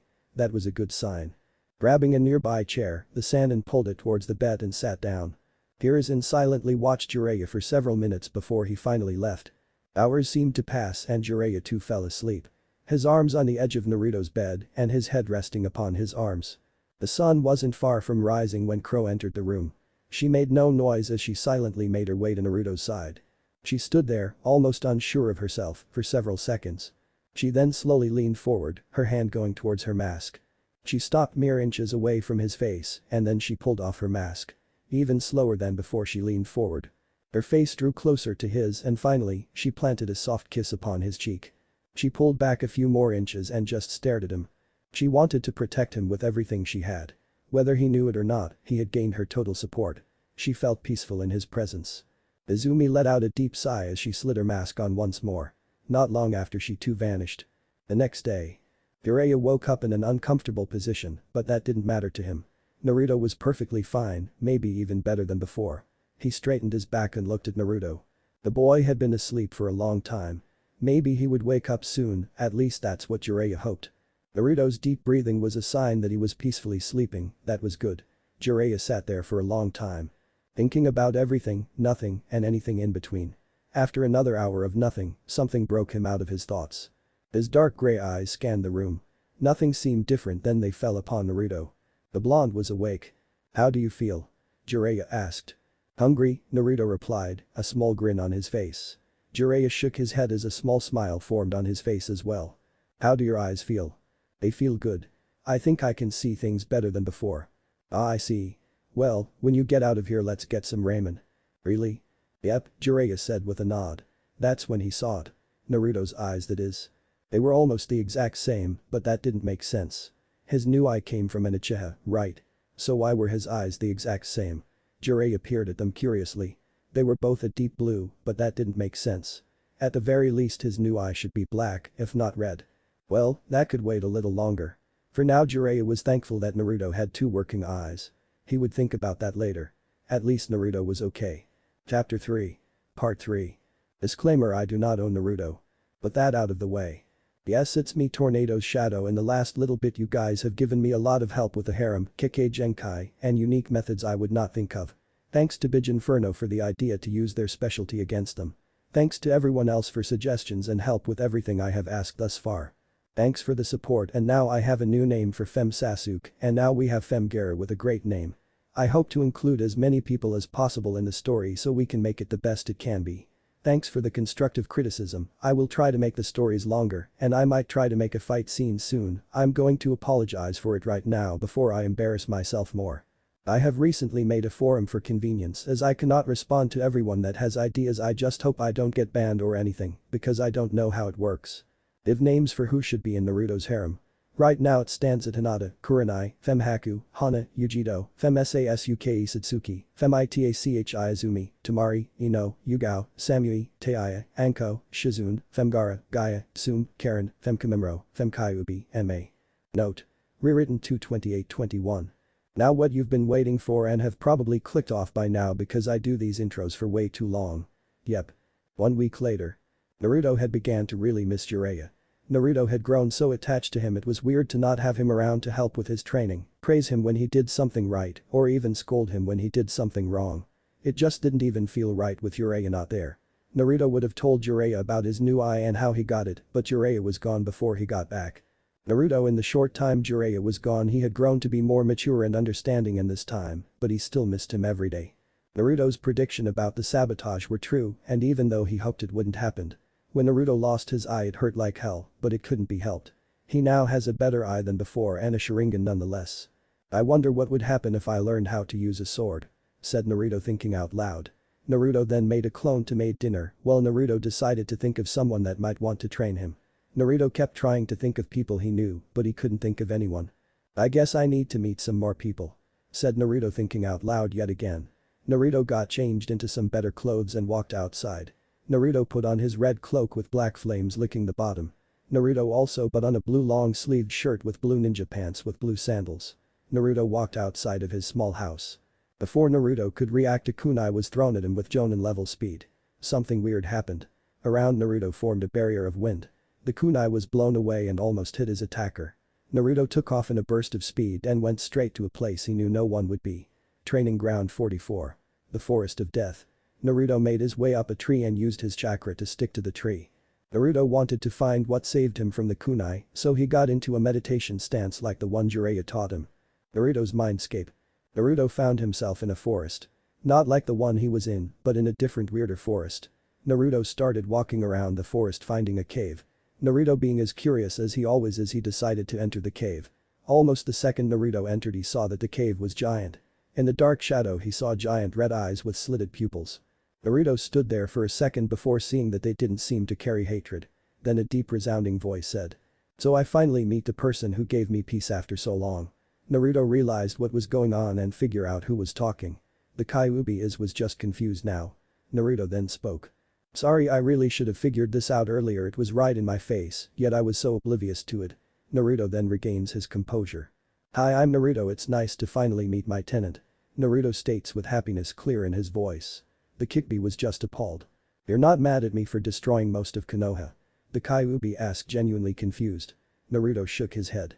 "No, I'm furious at who made you do it," said Naruto with his signature foxy grin. Now the Kyuubi was just thrown through a loop into a maze, back through the loop to another maze, then a brick wall. The Kyuubi was as confused as possible. "Do you have any idea who your parents are?" The Kyuubi asked, concerned. Naruto responds with. "I have a pretty good guess. I mean, I look exactly like him and share the same last name." The Kyuubi bursts into laughter. "Why not ask the old Hokage about him by name? He might just give you a good answer," suggested the Kyuubi with a massive smile. Naruto nods and was about to leave before asking. "What's your name? It can't be just Kyuubi no Yoko, you have to have a real name, right?" asked Naruto. The Kyuubi yet again burst into laughter. "You know, kid, you are the only person to ask if I have a name. You are the only person to ever ask if I had a name. That's ironic. A kid of about 7 did something that many others didn't even think of. Sigh, alright, enough beating around the bush. My name is Akane, kid, don't forget it." Akane responded. "Well, I got to get back now, it was nice meeting you, Akane." Naruto smiled and waved. Akane spoke before he could leave. "It was nice meeting you too, Naruto." Naruto left his mindscape with a happy smile on his face. That was not only because he made a new friend, but the friend he made was the most terrifying thing currently known in the elemental nations. 40 minutes later. Naruto jumped down from the tree, deciding to get some training in. Naruto managed to find a place that wouldn't be noticed, it's a huge explosion took place. Naruto kept looking behind himself while he was trying to figure out what just happened to him. Naruto just kept looking around, feeling like he was being watched. Naruto took this time to go though hand signs. Seconds later, Naruto finished his chain of hand seals. "Blind style. Great breakthrough," yelled Naruto. The wind flew at a nearby tree, shredding it apart. Just before the tree could fall over, Naruto went through another set of hand seals. "Fire style. Fireball jutsu," yelled Naruto. A massive ball of fire flew at the tree, burning it to ash before it could even fall over. Just behind the tree was a house that didn't seem to belong in the area. Naruto, being the curious kid he was, decided to check it out. He walked over to the door and knocked on it. The door flew open and there stood a drunken woman with good-sized breasts, brown hair and purple eyes. The woman also had a tan trench coat covering what was left uncovered by her clothes. She seemed like she was about to fall over. Naruto took a step closer and began a conversation. "Excuse me, ma'am. What are you doing out here in the forest?" asked Naruto. The girl wrapped her arm around Naruto before whispering in his ear. "I live out here, you dummy," Anko said in her drunken stupor. "Hi, my name's Naruto, what's your?" asked Naruto. "My name is Anko," said Anko. "Oh, what have you been drinking?" asked Naruto. "I've been drinking this stuff. You want some?" asked Anko with a bottle of sake in her hand. No thanks." "Why are you drinking?" Naruto asked, waving his hand at the drink. "I just found out that some little girls are going to be kidnapped," said Anko, slightly stumbling as she moved away from Naruto. A look of shock came over Naruto. "I think you should go back inside your house and take a nap," said Naruto as he helped her inside and left, closing the door. Naruto then started running toward the forest just outside of the academy. At the academy 5 minutes later. As Naruto ran, he saw something strange. He didn't know how, but Anko knew something that she shouldn't have. As he ran, he noticed something. There, running through the forest, was a masked shinobi with 2 bags on his back. Since it looked really suspicious, he decided to activate his single Sharingan. What he saw made his blood boil. He saw two incapacitated girls about his age. One he recognized as Hinata Hyuga, heir of the Hyuga clan, and the other was Satsuki Uchiha, heir of the Uchiha clan. He instantly realized what was going on. He charged at the man, kunai in hand, ready to fight at a moment's notice. He flew through hand signs and a moment later he finished, then he shouted. Blind style. Great breakthrough. As the jutsu made contact, he flew towards a tree back first. Just before he could hit the tree, Naruto seemingly teleported behind him with a clone and took both of the bags. Once he set them down with a shadow clone. Then Naruto took off in a burst of speed, launching his fist into his gut before yelling. Now. That Naruto just poofed before a giant Suiton water dragon jutsu slammed into his back, launching him forward straight into a chakra-coated fire fist into the face of the ninja. The ninja tried to recover, but the pain from the burns knocked him out. Naruto turned around only to find the two girls watching him in awe. Are you unharmed? Naruto asked in a soft voice as to not scare them. Yes, thanks to you. Came a softer voice of one Hinata Hyuga. I am not hurt either. Came the melodic voice of Satsuki Uchiha. Well, that's good. Spoke Naruto, trying to calm their nerves before taking them to their homes. Now time to get you girls home. Spoke Naruto, trying to be as polite as possible. Once both girls agreed, he took Hinata home first. When they got there, she had a deep blush on her cheeks and gave Naruto a kiss on the cheek. Even though it was quick, it was one all the same. Next, Naruto took Satsuki to her home, but when they got there she asked. Why did you help me? In class all I do is patronize you and mess with you, so why did you save me? She asks on the verge of tears. Naruto, instead of answering, just pulls her into a hug and says. Because you are a good person. He spoke in the gentlest voice he could muster. Satsuki started crying into his chest, and when she stopped, Naruto asked. How do you feel? Once she heard this, she lifted her head to look him in the eye before saying. I feel a lot better. Thanks to you. After saying that, she gives him a kiss on his other cheek, then says goodnight before running inside. Naruto was thinking, geez, that was a weird night, but all the same he left to his house with a bright smile on his face. 9 years after the Kyuubi attack. It had been 2 years since the incident with Hinata and Satsuki. In that time, Naruto started to hinge into a smaller version of himself at 5'2", when he really was 5'5". It worked like a charm. Along with his playing stupid act, almost no one was the wiser. That being said, there were a few people who knew the truth. Those people were Jiraiya, Hiruzen, Akane, and Yamato. In the last year, Naruto met Yamato, a fellow wood release user. In that year they grew close and Naruto learned a lot from him. He learned several earth, water, and wood-style jutsu. Naruto was currently sitting in class with his head down. He was having trouble sleeping with a certain pink-haired banshee yelling in his ear about Yasuke this, Yasuke that. Yes, he was a very polite guy, but he was also very quiet. He was the rookie of the year since the beginning of their time at the academy, with Satsuki being the Kunoichi of the year. Now Yasuke was a good person, somehow a part of the Hyuga clan. He had dark blue hair, whitish pupil-less eyes, and a very odd way of thinking. Oddly enough, he was nothing like his older brother Neji. In fact, he was quite the opposite. What Naruto knew about the team selection was that he, the dead last, Yasuke the rookie of the year, and Satsuki the Kunoichi of the year would be on a team. Even though it was overkill, he had to keep up an act to make sure that Konoha would be as strong as possible. Hokage office. Well, it's due time to ask, Naruto thought as he knocked on the door to the office. In came the voice of the old Hokage. Naruto spoke after he closed the door. So are you going to tell me about my father, or should I say Minato Namikaze? The old Kage was shocked beyond belief. After quickly compassing himself, he spoke to Naruto. Very well, Naruto. He was a great person and an amazing shinobi. Minato gave this to me before he died, so you should read it once you are in a very safe place. Soon after he said that, he pulled out a scroll and gave it to Naruto. Once he received the scroll, he bowed to the aged Kage and ran out the door. Once he was in a safe place, he opened the scroll and started reading. Naruto, if you are reading this, it means you found out or became a Chunin. I hope you can forgive me for the burden I have given to you. At the end of the scroll is a seal that once you put your chakra into it, a scroll on my Taijutsu style and another scroll on my flying rage and notes are in. I figured if you were anything like me, you would enjoy figuring out the formula like I once did. If you find anyone with a burden like yours, help them see the light and not go into the darkness. One last thing, know that me and your mother loved you with all our hearts, now never forget that. Minato Namikaze.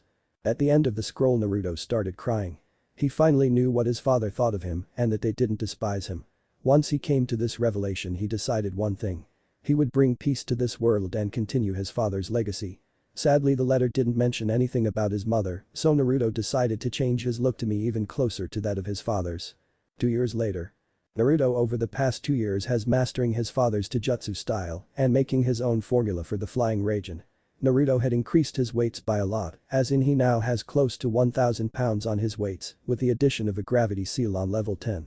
So if he were to punch you without weights you would cave in on yourself as well as have every bone in your body turn to mush. Last week Naruto talked with Hiruzen to get a teacher for Genjutsu as he desperately needed one to help use his Sharingan. His teacher's name was Kurina Yuhi, the best Genjutsu user in the village. While Naruto has grown a lot during this time, he has managed to learn demonic illusion. Mirage Crow. Itachi's Crow Genjutsu. Naruto had grown quite a lot in more aspects than one. His hair had grown long and was styled like Minato's. He had gotten taller and now stood at 5 foot 7 inches, but his henge was only 5 foot 3 inches now. Naruto was trying to figure out a way to train in taijutsu without breaking through a mountain on accident. Right now he was trying to develop a seal of which could create a regeneration method, of which could be used on objects to make them almost invincible. He was also working on making a temporary sword. But it will take almost a year to get the materials to make the sword. The current year of the academy will end soon, and then the last year at the academy will begin. Naruto didn't consider himself to be a prodigy. He gave credit of his accomplishments to hard work. While that wasn't fully true, it was part of it. He had amazing talent and could grasp concepts faster than others. Even though he enjoyed his training, it was getting boring all things considered. He needed to find a way to take his mind off things until he became a genin. It had been 1.5 years since he decided to use his father's last name. Since then he was known as Naruto Namikaze. Although almost no one knew his last name due to him only introducing himself as Naruto. Naruto realized something while training the day before. Surprisingly, it only happened when someone tried to kill him. The second it happened, a bluish gold chain burst from his back and killed the person before they could scream in pain. Turns out the person he killed was a rude Anbu, most likely to end the Kikbi once and for all. In that day's time Naruto thought of ways to use this jutsu. The first thing he did was figure out what clan could use these chains. The first book he found on these chains was a book in the library that was about Uzumaki's. Seeing as there really wasn't an explanation of what happened, it had to have been something to do with his heritage. When he started reading, the only thing he found out was that most Uzumaki have red hair. While that was false in his case, he still had these chains, which meant he had to be part Uzumaki. Oddly enough, the Uzumaki were great at sealing and were close allies to Konoha. They lived in an altogether different place, Uzushiogakure. Although most Uzumaki died during a large-scale attack from several nations, a few still lived. Naruto couldn't believe how stupid he was for the first part of his life. The first couple of years in his life his last name was Uzumaki, although it didn't make much sense when he was a kid, but thanks to the fact that those chains were made by Naruto, he was finally able to make the connection. While reading, Naruto came across something interesting. Some Uzumaki have a special Kekkei Genkai that allows them to manifest golden chakra chains. One more thing was that only one person in recorded history has had bluish gold chains. It was said this person could use his chains to bring people from the dead back to life. Although it was a theory, Naruto would have to test it with someone that would help belief, but he didn't know who. While he was deep in thought, one Satsuki Uchiha snuck up behind him. Satsuki and Hinata both have a crush on Naruto since he saved them. Then out of nowhere Naruto was pulled into a tight hug. When Naruto realized who was hugging him, he hugged her back. From the time he saved her to now, she would go to Naruto almost daily, sometimes just to talk with him, other times she was in emotional turmoil. Throughout their time together they had grown closer and became great friends. Even though Satsuki would never admit it, she had a likeness held solely to him that was slowly becoming love. Naruto liked his talks with Satsuki as much as she did. The only problem was he could tell her goal hadn't changed, but instead had more to it. She wanted to kill her older sister and restart to Uchiha clan. With a certain blonde we all know and love. Naruto had his goal made up and would never stop until he completed it. His goal was one thing, to bring peace to the world and stop the bloodshed. Even though it wasn't his original goal, he wanted to make his sensei and father proud of him. This goal of his happened after reading his sensei's book The Tale of an Utterly Gutsy Shinobi, the character he was named after, and had a similar goal. That book is what gave him the inspiration to meet this task head-on and accomplish this, even if it meant his life. Naruto would do anything to help his comrades and village to the absolute most of his ability. If it meant completing his goal, he would become the Hokage and unite the other villages in an alliance to stop the killing. No doubt there would be several people who would try to harm others just because they can't stand people who want peace. Some people just want war, so if it comes to that, Naruto will become strong enough to stop any war. Hopefully peacefully, but if it comes to that, it would be good not to risk the lives of others. Hokage office. One problem with the academy was the teaching system. The council was making it so that the kids with no experience or any ability could pass and go on to more dangerous missions. One day it would be the end of a good person because of their stupid actions. So Naruto was there to open the Hokage's eyes. Listen Jiji, one day someone will get killed because of what they are teaching in the academy. Being a ninja isn't about looking cool or saving the day, it's about protecting those you care about and making sure your village is doing the best it can. Spoke Naruto with conviction clear in his voice. Very well Naruto. Although I cannot take action without at least one clan head behind me. But that being said, I can make the meeting happen, but it won't work until you are a chunin. Spoke Hiruzen, trying to reason with Naruto. Well then I guess I just have to keep you alive until then. Spoke Naruto with his signature foxy grin. Naruto was making a plan that would save Hiruzen from any fate that may occur. Naruto was working on a seal to make a clone death spell only after taking a blow that would kill someone. That seal was only about halfway done, but it would be done long before he graduated. Naruto was about to leave when suddenly the door shot open. When that happened, a small kid walked in holding a shuriken. I challenge you for the spot of Hokage, old man. Yelled a small kid with a very long blue scarf. Then the kid tripped over his scarf and fell face first. Once this happened, he got back to his feet and pointed his finger at Naruto. You tripped me. The kid yelled, trying to blame Naruto. Naruto sighed and spoke. Kid, you tripped on your own scarf, I had nothing to do with it, and before you say I'm lying, your method of attacking Jiji is futile. He is one of the strongest ninja ever. When he finished, the kid looked at him and spoke. What would you know, I'm Konohamaru Sarutobi. Naruto just looked at him before speaking. Kid, you could be his mother and I wouldn't give a damn who you are. There is no shortcut to becoming Hokage, but the best way to do that is to train as hard as possible and become as strong as possible, and maybe in a few years you might even be the Hokage, but don't think you are better than anyone. Because chances are there will always be someone stronger than you. Konohamaru's eyes had stars in them. Right then he found who he wanted to be like and be trained by. That was none other than Naruto Namikaze, the true prodigy. 1 year later. It had been a year since Naruto met Konohamaru. It had been sort of eventful. In that time Naruto taught Konohamaru the basic jutsu for the academy as well as the Kage Bunshin no Jutsu. Although Konohamaru had been making good progress, he had taken to wearing weight. He only had a few pounds on each as to not stunt his growth. In that time Yasuke was an arrogant prick who thought of himself being the best person ever and that everyone should bow before his awesomeness. The worst part was he talked down to everyone but Satsuki. The worst part was he said. I will have you as my own, and anyone who dares stand in my way will perish underneath my might. At that exact moment Naruto slammed his head so hard against his desk it split in half. No one took notice until there was a sudden Naruto from an angry Iruka. Once everyone looked at the mass of a broken desk and Naruto's head still on it, most people thought along the same lines of, wow, he really does have a hard head. Soon after that the graduation exams started. Naruto forced himself to fail even though he could have done all of it with his eyes closed, hands tied behind his back and one leg alone. During the Taijutsu section Naruto was paired against Satsuki. Weirdly enough, when the match started Naruto fake fell when Satsuki hit him. When he hit the ground he found Satsuki sitting on his lower region with her fist in his face. Whether it was intended or not, it felt good to Naruto. The same could be said for Satsuki, but she would never admit it. When Naruto got to the ninjutsu section he forced himself to fail all 3 basic jutsu. Although the clone jutsu wasn't faked, I mean, how could you put so little into a jutsu? I mean, sure, he has 7 taels worth of chakra. In comparison, that's like trying to fill a small cup with a large wave from the ocean without spilling a drop. So when he was told he failed, it was expected. I guess it couldn't be helped. Naruto spoke with fake sadness in his voice and went outside to his favorite swing. When the exams ended Mizuki approached Naruto and asked, do you want to be a genin? Naruto was admittedly curious about what he was going to say, so he answered with a why wouldn't I? And a stupid smile to top it off. Mizuki then said if he could steal the scroll of sealing and meet him at a place in the forest outside of Konoha.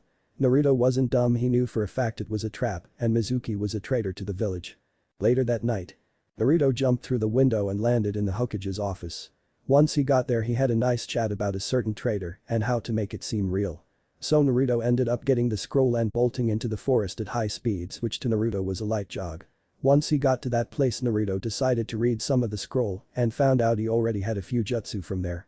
So he decided to close it and wait for Mizuki. Once Mizuki got there he got up and spoke. I got the scroll. Naruto said with fake glee. Mizuki looked at him and said. Good job, brat, how would you like to know why the village hates you? Then out of nowhere Iruka appears and yells. No, it's forbidden. Then Mizuki snarled and threw a Fuma shuriken at Iruka, who couldn't dodge and got struck in the leg. Now where was I? Oh yes, the reason everyone hates you is because the 4th didn't kill the Kikbi, he sealed it. Don't you see, Naruto, you are the Kikbi reincarnate? Iruka then yelled. "No, you are not the Kikbi, you are Naruto Namikaze, the future Hokage," yelled Iruka almost as if he was pleading. Then Naruto broke out into laughter and deactivated his henge. Standing in his place was a 5 foot 9 inches man with large muscles, blonde hair, blue eyes, and whisker marks. He had a blue long-sleeved shirt with a red cloak with black flames on the bottom, blue shinobi pants and blue shinobi sandals. If it wasn't for the fourth being dead, he would be a carbon copy of him, except for some key differences like whisker marks or even his height. Naruto looked around and spoke. "Man, it's good to be back without that henge." Both Mizuki and Iruka said the same exact thing. "What?" Naruto turned around and spoke to Iruka. "I'll explain later, but for now I have to deal with him." Naruto then flared his chakra and spoke. "Your traitorous acts have brought shame to the village, and for that you must pay," spoke Naruto in an icy tone. Just a second later Naruto was in front of Mizuki with his fist already in his gut. Mizuki tried to retaliate but was punched again, only this time in the face, sending him flying through a tree. "That was for hurting Iruka-sensei, you bastard," yelled Naruto before charging again, but this time he kicked him back towards Iruka. Mizuki went straight through another tree and then face first into the ground in front of Iruka, knocked unconscious. Naruto then appeared beside Iruka and spoke. "I owe you an explanation. Well, I henged into a smaller version of myself with a bright orange jumpsuit and played dumb for 5 years straight," explained Naruto while Iruka just looked amazed. "Naruto, close your eyes for a second," spoke Iruka. Naruto complied and closed his eyes. When Iruka told him he could open his eyes, he did and was met with the smiling face of Iruka. Naruto then touched his forehead and felt the coldness of metal. Naruto then laughed and spoke. "Thank you so much, Iruka-sensei," yelled Naruto as he hugged his older brother figure. Next day. Naruto had his henge active as to not get any questions about it, but there was one minor change. He had a blue headband. Once he walked into the classroom, Kiba yelled. "What are you doing here? This is a place for people who passed." Naruto turned to him and said. "Look at the forehead, I did pass, it was just a more advanced exam." Iruka then went on to do a speech about the dangers of being a shinobi and that they were only genin. Naruto slept through that until he was jolted out of his sleep by the teams being called. Team 6 Team 7 will be Yasuke Hyuga, Satsuki Uchiha, and Naruto Namikaze. Team 8 Hinata Hyuga, Kiba Inuzuka, and Shino Aburam. Team 9 still in circulation. Team 10 Ino Yamanaka, Shikamaru Nara, and Choji Akamichi. Your senseis will be here shortly. Iruka spoke loudly. Naruto waited for his sensei when his Genjutsu instructor Kurina Yuhi walked in and called. Team 8 with me, then Knit Long Late Asuma Saratobi walked in and spoke. Team 10 with me. Naruto was waiting for his sensei for about 3 hours until he showed up. Kakashi Haddock walked in and said. Team 7 meet me on the roof in 5 minutes. He then shushined to the roof. Satsuki and Yasuke run for the stairs. Once they leave the classroom, Naruto shushins to the roof, surprising Kakashi. Not long later, both Yasuke and Satsuki are on the roof. Kakashi then speaks. "Alright, let's introduce ourselves." Then Yasuke speaks. "How about you go first to show us how it's done?" Kakashi sighs before saying. "Fine, my name is Kakashi Haddock, my likes and dislikes are none of your business, I don't have a hobby, and I don't have a dream for the future. How about you, Bluey?" Yasuke says. "I like a certain Uchiha, I dislike a lot of things, my hobby is training, and my goal for the future is to be the strongest." Kakashi then said. "How about you, Uchiha?" Satsuki said. "My likes are Naruto, tomatoes, and training, my dislikes are Yasuke and a certain murderer, my hobbies are training and talking to Naruto, my goal for the future is to kill a certain someone and rebuild my clan." Kakashi then said. "What about you, Blondie?" Naruto then says. "Well, first I need to do this." Naruto then deactivated his henge and now looks like the description mentioned earlier, but with a headband. "Well, let's see here, I like Satsuki-chan, training, and Konohamaru. My dislikes are murders and people who think they are better than everyone else. My hobbies are training Konohamaru, and reading. My goal for the future is to become Hokage and bring world peace." Naruto spoke with conviction in his voice. "Well, now that's over with, you have a test tomorrow 6 AM, don't be late and don't eat breakfast or you will throw up," said Kakashi before he shushins away. Training ground 6 AM. Naruto wasn't surprised that Kakashi was late. Nearly 3 hours late he appeared and gave a really bad reason as to why he was late and gave an explanation of the bell test, and you've probably heard the explanation several times, so I'm just going to skip it. When he said start, Naruto stayed still just looking at him. "So all I have to do is grab a bell?" asked Naruto. "Shouldn't this test be more focused on teamwork than getting a bell?" Naruto asked before Kakashi could speak. "How perceptive of you, Naruto," Kakashi complimented before charging him. Naruto was about to say something but stopped himself and got into the taijutsu stance of his father.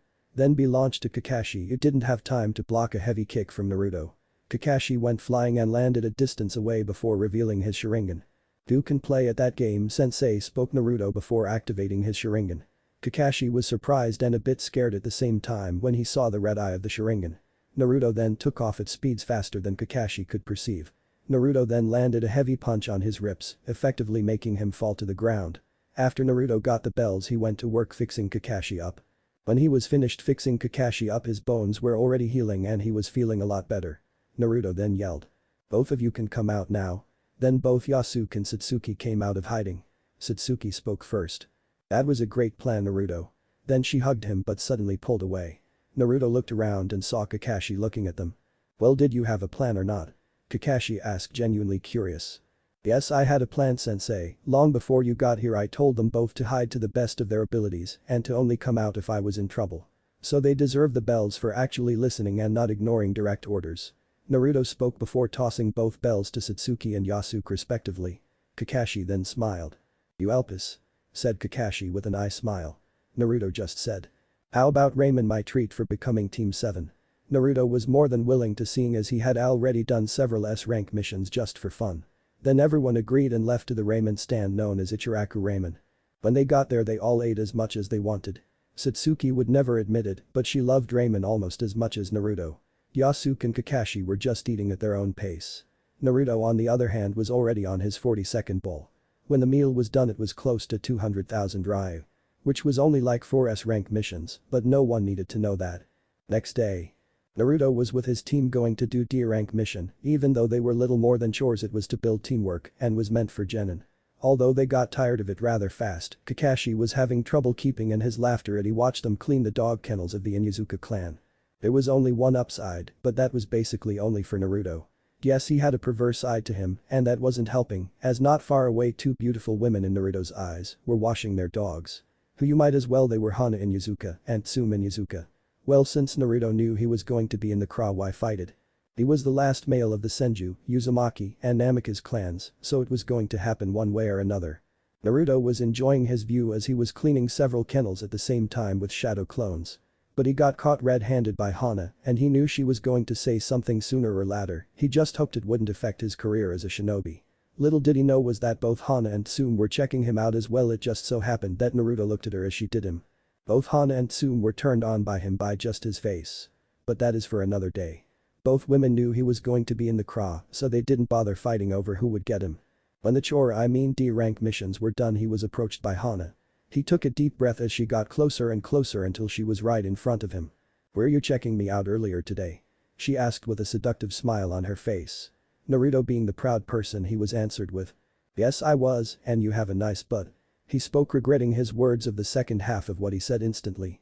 But she just lied and spoke again. "You're quite forward, I like that in a man." She spoke so seductively he was sure she could see his boner. My, and you're big too, how lucky of me." She spoke as if she was thinking to herself. Then she took his lips with hers. It was a passionate moment that neither wanted to stop, but it had to because they both needed air. Once they caught their breath they dove back into another kiss, but this time they used tongue. They were exploring each other's mouths to the best of their abilities. Then they pulled away once more for air. Then Naruto grabbed her shoulder and teleported to his room. They fell asleep in each other's arms. The next morning they woke up and kissed each other before the memory of last night came back to them full force. Naruto then asked if Hana would be his girlfriend. She answered so fast that it almost cut Naruto off. "I thought you'd never ask," she said with joy clear in her voice. Then they both took a shower and did their deed there as well. The rest of the day was rather uneventful compared to last night. Hokage's office. Naruto was currently holding a cat named Tora. Well, it hated its owner, it actually liked Naruto. For some unknown reason Naruto was good with animals. Naruto was with his team turning in yet another D-rank mission. So once Naruto gave Tora back to its owner, he turned back to his team. "So I think we should get a higher ranked mission," Naruto stated before turning back to the Hokage. "So what do you think, Gigi?" Naruto asked, already knowing the answer. "Kakashi, do you think they are ready for a higher rank mission?" Hiruzen asked. "I think they should be able to handle this. If anything goes wrong I'll be there to step in if necessary," Kakashi stated in his usual monotonous voice. Hiruzen then nodded and called, "Send him in," before looking back at Team 7. "This is Tazuna, bridge builder of Wave. This is your mission, protect Tazuna from bandits that are trying to stop the bridge from being finished. This will be your first C-rank mission, so do your best. Hiruzen said before looking at the door. Izuna then burst through the door. So I get 2 kids and 2 adults. Well, it's better than 3 kids. Tizuna spoke as if he was right. Naruto then spoke up. I'm not an adult, but do not mistake my skills for being lesser due to my age. Tizuna spoke again. How you're pretty tall for a kid. Naruto just shrugged. Kakashi then spoke. Meet at the front gate of the village in 1 hour. Then Kakashi vanished in a swirl of leaves. 1 hour later. Naruto was at the gates for about 20 minutes now, and everyone else started showing up with backpacks ready to go on their first C-rank mission. Once everyone was there, they started the long trek to the wave. Naruto was bored within seconds. He could have been there by now, but he had to wait for his team. Since he didn't need to do anything right, then he decided to look around until he saw a random puddle that was so out of place, it wasn't even funny. So he decided to walk over close to it and said, "You can come out now." Then the demon brothers fly out at him trying to slice him into ribbons, but that quickly went bad as Naruto launched them both through the air with a simple knee to the gut on both of them. Well, that was easy. Naruto spoke out loud as they both fell to the ground. Then Naruto decided. Why not try this out, he thought to himself as he used his bluish gold chains to tie the demon brothers up. Then he got a wave of information thanks to his chains, and then he threw both demon brothers flying towards Konoha with a piece of paper on one's forehead saying, "Naruto caught us, so now we work for you." Naruto was laughing the whole time. Once he turned back to Tizuna, he spoke again. "How about you tell us about this Gato person and why he wants you dead?" Naruto spoke with a creepy smile on his face. After the long explanation of why he needed to finish the bridge and why he could only afford a C-rank mission and not a higher rank, Naruto sighed then said. "We'll help you out, but this is only to help out the wave from the tyranny of Gato. Not to mention save the slaves he no doubt has." Naruto turned around and started walking before he turned his head. "You coming or what?" barked Naruto before walking forward again. This time everyone was following him. As they were walking, they came across a lake just before a heavy mist rolled in. Kakashi then yelled. "Get down." Just before grabbing Tizuna and going down. Naruto grabbed both Yasuke and Satsuki before bringing them to the ground just before a massive cleaver-like sword flew over their heads. Once it was embedded in a tree, a person appeared on it. Kakashi spoke again. "Zabuza, the demon of the mist." Then Zabuza chuckled before saying.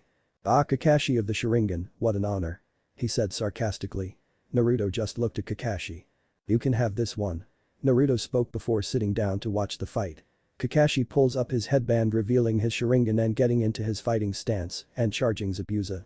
Their fight went similar to canon. Once Kakashi got trapped in the water prison, Naruto stood up and started walking towards Zabuza before disappearing in a burst of speed, kicking Zabuza, sending him flying in the sky before disappearing again, but this time to deliver a spinning axe kick to his head, launching him down before returning to Tizuna. Kakashi then proceeded to beat Zabuza before a hunter nin killed Zabuza and took him away. Soon after, Kakashi passed out from chakra exhaustion and Naruto made a clone to carry him. Once they got to Tizuna's house and got Kakashi on a bed. Naruto walked outside with Yasuke and Satsuki following him. Naruto turned around and said. "It's time for training." Before going into depth about the tree walking exercise. Then he created a shadow clone to teach them how to do it. Naruto then walked off into the forest to find a place to take a nap. Naruto awoke when he sensed someone but gave no signs of waking up until that person nudged his arm and he got up before asking. "Who are you?" The answer he got was not what he was expecting. "I'm Haku, but you can call me yours." Naruto was put off about that. "Okay, I'm Naruto, nice to meet you," he said before Haku started laughing. "I really got you, didn't I?" Naruto was just confused until she spoke again. "I'm actually a boy," Haku said before Naruto laughed. "You think I'm stupid? I already know you're a girl, so don't kid yourself." Haku was confused until she looked down and saw that her pink kimono was partially open, showing her wrapped breasts. "So you noticed after a total of 5 minutes?" laughed Naruto before saying. "You know you're cute when you're flustered." Naruto then walked up to her and touched her bare shoulder before making a flying raging seal. She started walking away before he spoke again. "So how's Zabuza?" he asked, but when she turned around he was gone. Back with Satsuki and Yasuke, they were just walking in for breakfast when Naruto appears scaring them. Naruto just says. "You think I'd miss breakfast or the opportunity to scare you too?" Naruto said, almost laughing. Then Kakashi appeared behind Naruto. "I have some bad news," Kakashi said grimly. Naruto turned around and smiled. "You mean that the hunter nin was fake and that Zabuza is still alive?" Naruto said it like it was common knowledge. Naruto then said. "So Kakashi-sensei, I already taught Yasuke and Satsuki the tree climbing exercise. So once you regain your chakra you guys can come to the bridge to help protect Izuna." Naruto then walked over to Tsunami and gave her a three-pronged kunai that Kakashi recognized. Naruto then told Tsunami to throw the kunai at the floor when she was in trouble or needed something. Naruto then left with Tazuna to finish the bridge after giving a kunai to the rest of his team. 2 hours had passed since Naruto and Tazuna had gotten to the bridge. With the help of Naruto's shadow clones, the bridge was going much quicker. The day before, Naruto had a talk with Inari about suffering. In about 30 seconds Kakashi and the rest of his team would get there. Once everyone got there, Naruto disappears to Tsunami and takes out the thugs that tried to kidnap her.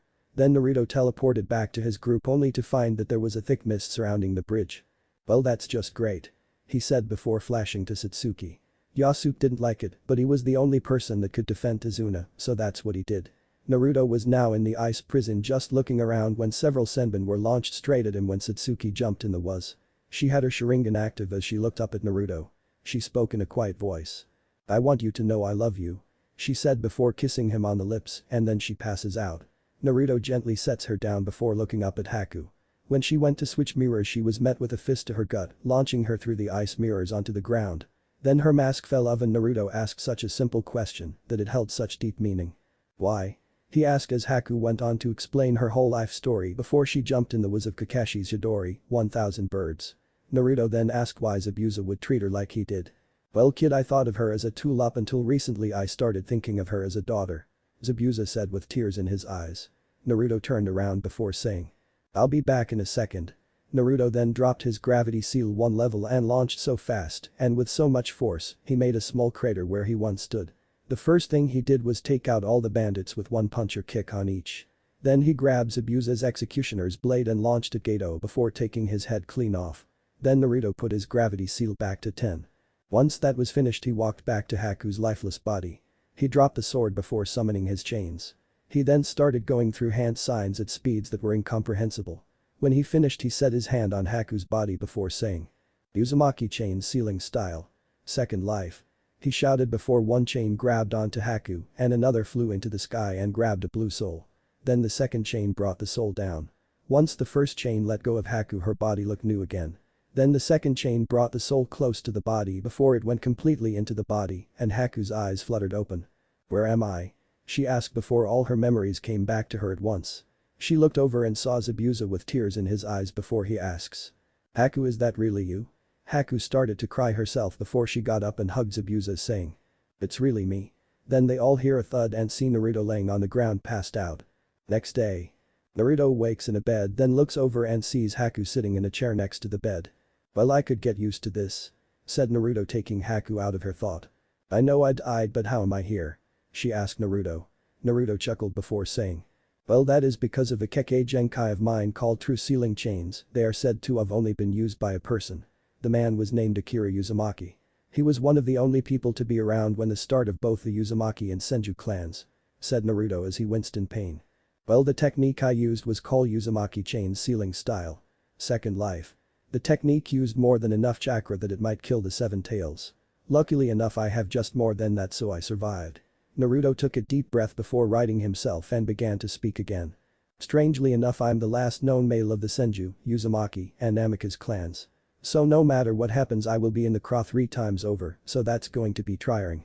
As soon as Naruto said that, Satsuki burst through the door and jumped onto Naruto's bed and hugged him tight enough to get a grunt of pain out of Naruto before kissed. "Do you have any idea how reckless that was?" yelled Satsuki on the verge of tears. Naruto smiled and hugged her back. "Don't worry. I'm fine. I just need a day or two to rest," Naruto whispering in her ear. An hour later. Naruto had just walked outside when Zabuza walked up to him. Naruto saw that not only was Zabuza holding a new sword, but he was swinging it around and testing if it was balanced. When Zabuza saw Naruto, he stopped swinging the sword and put it in a sheath that was nearby. "Hello, Naruto," said Zabuza as he approached Naruto with the new-looking sword by his side. When he got within 1 foot of Naruto, he put his hand out that had the sword. "Here. You earned it, kid," said Zabuza with a hidden smirk. Naruto smiled and put out his hand. He grabbed the sword from Zabuza and with a grin on his face spoke. "Thank you," said Naruto in a very respectful tone. Naruto unsheathed the sword and tried to swing. The sword was lightweight, but Naruto could tell that even from a light hit, it would do a great amount of damage. "What's the name of the sword?" asked Naruto. "Its name is Frostmourne. I made it myself," said Zabuza. Naruto looked at the elegant blade. It was a long blade that had a silverish blade. It had a normal handle that met with a cross guard that was connected with another one through an animal head that had long horns that curled back and blue glowing eyes. The second hilt seemed to be sharp at the edges and more like a blade than a hilt. The blade seemed to glow blue with a strange dialogue along the middle. Naruto spun the sword around in his hand before slashing at a nearby tree. The tree split in half and fell from its tree trunk. "Can you teach me more about swords?" Naruto asked. "Sure thing, kid," said Zabuza. The two spent nearly an entire day just working on skills that would serve Naruto well. At the very end of the day, Zabuza taught Naruto a signature jutsu that was extremely common in the Seven Swordsmen of the Mist. That jutsu is called the Hidden Mist Jutsu. The next day, Naruto and his team were just about to leave the Land of Waves. Zabuza and Haku had decided to stay in Wave for a little bit to make sure the people were safe. They might even start teaching some people in the Wave about the ninja techniques. Naruto took out a scroll and a kunai. Then Naruto sealed Frostmourne into the scroll and put it in a seal on his hand. Naruto handed one kunai to Haku and another to Zabuza. The second Zabuza saw the kunai he knew. "How?" Zabuza said, nearly speechless. Naruto gave Zabuza a grin and shrugged it off. Haku walked over to Naruto and gave him a gentle kiss on the lips before quickly pulling away with a deep blush on her face. "We'll meet again," said Naruto as he and his team started to walk away. "I'll hold you to that," said Zabuza as he and Haku waved them goodbye. Back in Konoha. Naruto's outfit hadn't changed much. Only people who were incredibly perceptive or had a Dojutsu could see the seal on Naruto's left hand. Naruto, Yasuke, Satsuki and Kakashi were all standing in the Hokage's office about to give the report when zoned out. Kakashi then reported the A-rank mission and the rest of the group left to rest for a little bit at least until the Chunin exams happened. On Naruto's way back to his house, Konohamaru saw him. "Hey. Naruto-sensei, would you like to play with me and my friends?" asked Konohamaru. "Sure thing," said Naruto. "I let him enjoy his youth while he still has it," thought Naruto. After a couple of minutes of playing with Konohamaru and his friends, he saw Konohamaru and started following him. When he turned a corner and yelped, Naruto used a little more speed than usual and flashed over right next to Konohamaru. Naruto flashed around the corner to see Kankuro holding Konohamaru by his scarf. "I would put him down if I were you," Naruto said in an icy tone. "And what if I don't?" asked Kankuro. "Well, let's just say you might need to use Mire makeup to cover up what I would do to you," stated Naruto before looking Kankuro in the eye and saying. "Am I clear?" Naruto then turned his attention to Temari and said. "Well, it was nice meeting you both, but I'm afraid I have to cut our conversation short," said Naruto before walking towards the tree and saying. "You can come out now." Then all of a sudden sand fell from the tree and a gorgeous female came from the sand. She had long scarlet hair with bangs covering most of her forehead, except for a small kanji meaning love. She had pupil-less green eyes and a red battle kimono with a brown belt around her waist and a brown sash-like thing going from her right hip across her left shoulder, holding a big gourd of sand on her back. The most noticeable thing to Naruto at least was her seemingly E-cup breasts. Naruto could sense something deep inside her that was similar but different to something he has felt before. Then he realized it, she too was a Jinchuriki. Naruto then said. "Well, I may as well introduce myself. I am Naruto Namikaze. What's your name, gorgeous?" Naruto asked, unconsciously using the word gorgeous to describe her. "My name is Gaia of the Sand. It's nice to meet you," she said with an almost unnoticeable blush. But Naruto picked up on it yet didn't say anything. In Gaia's head, she was having an argument with Shukaku. "Why did you say that?" asked Shukaku. "I don't know, it just happened," she replied. "Well, I can tell you something right now, make him yours. I can sense something in him I haven't in a long time. When you're near him I feel a sense of peace. I know you like him, so just say it," Shukaku said, making Gaia blush deeper. "I don't know why, but I want to be near him," Gaia said to Shukaku. Shukaku then said. "If you don't claim him soon then someone else will, and you don't want that now, do you?" He spoke in a calm but demanding tone. Gaia then said. "I'll try, but I don't think he likes me." Not even a second later. Naruto walked up to her and hugged the smaller person. "Listen, I know you have been through a lot and have had a terrible childhood. But I'm here to help you. I will be the shoulder you can cry on, the person you can lean on when things get tough. Just stay happy. I want you to be able to live a normal life. That can happen, but you have to let me in so I can help you." Gaia just looked up at him and hugged him back before saying. "I'll try to let you in, but I don't know how." She spoke with sadness in her voice. Naruto then kissed her forehead and said. "I'll help you no matter the cost." Then Gaia did something he didn't expect. She looked up at him, went onto her tippy toes and kissed him on the lips. Naruto didn't pull away like Gaia thought he would, instead he deepened the kiss.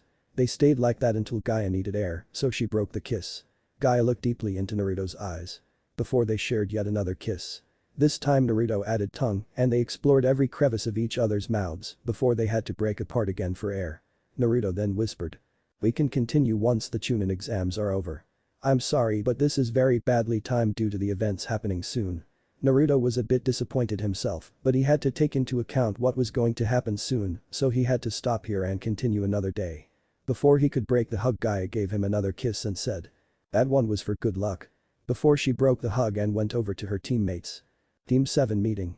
Naruto and the rest of Team 7 were talking about the Chunin exams and if they wanted to join. Naruto accepted before Kakashi could finish his sentence. Both Yasuke and Satsuki agreed with his decision to participate in the Chunin exams. Even though Naruto didn't like having to wait, he had to, so everyone participating in the exams has a fair chance to get there. Luckily that was tomorrow, so all he had to do was wait. Once he got knowledge of this, he left to find a secluded place to train. Little did he know Satsuki was following him discreetly. Once Naruto got to the secluded place, he closed his eyes then said. Satsuki, you can come out. Before Satsuki walks out of the bushes. Once she gets there she asks. So what's going on with you and all these girls, huh? She asks with anger clear in her voice. Naruto puts his hands up and says. Listen, I'm in the cross, so I have to have multiple wives, or by the time I'm 16, the council would force me into taking people I don't love into a marriage with me. So don't be angry at something that I don't have a say in. Since I'm the last male of 3 different clans, it's impossible to avoid. Satsuki's face then went through a series of emotions including anger, confusion, and realization. Satsuki then apologized for her error in judgment. Naruto spoke again. There is no need to apologize for your actions. I guarantee most others would have had a similar reaction to yours. Naruto was talking in a way that gave Satsuki a sense of comfort.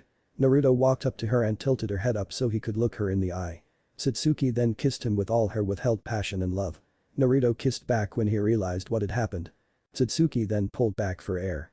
I want you to be my first. Satsuki whispered in his ear in a seductive manner. Naruto just nodded before vanishing with Satsuki in his arms. Naruto and Satsuki got up from their former position and went to take a shower. They did their deed twice more in the shower. Once they got all cleaned up, Naruto had a small talk with her. So, I may or may not have a Sharingan.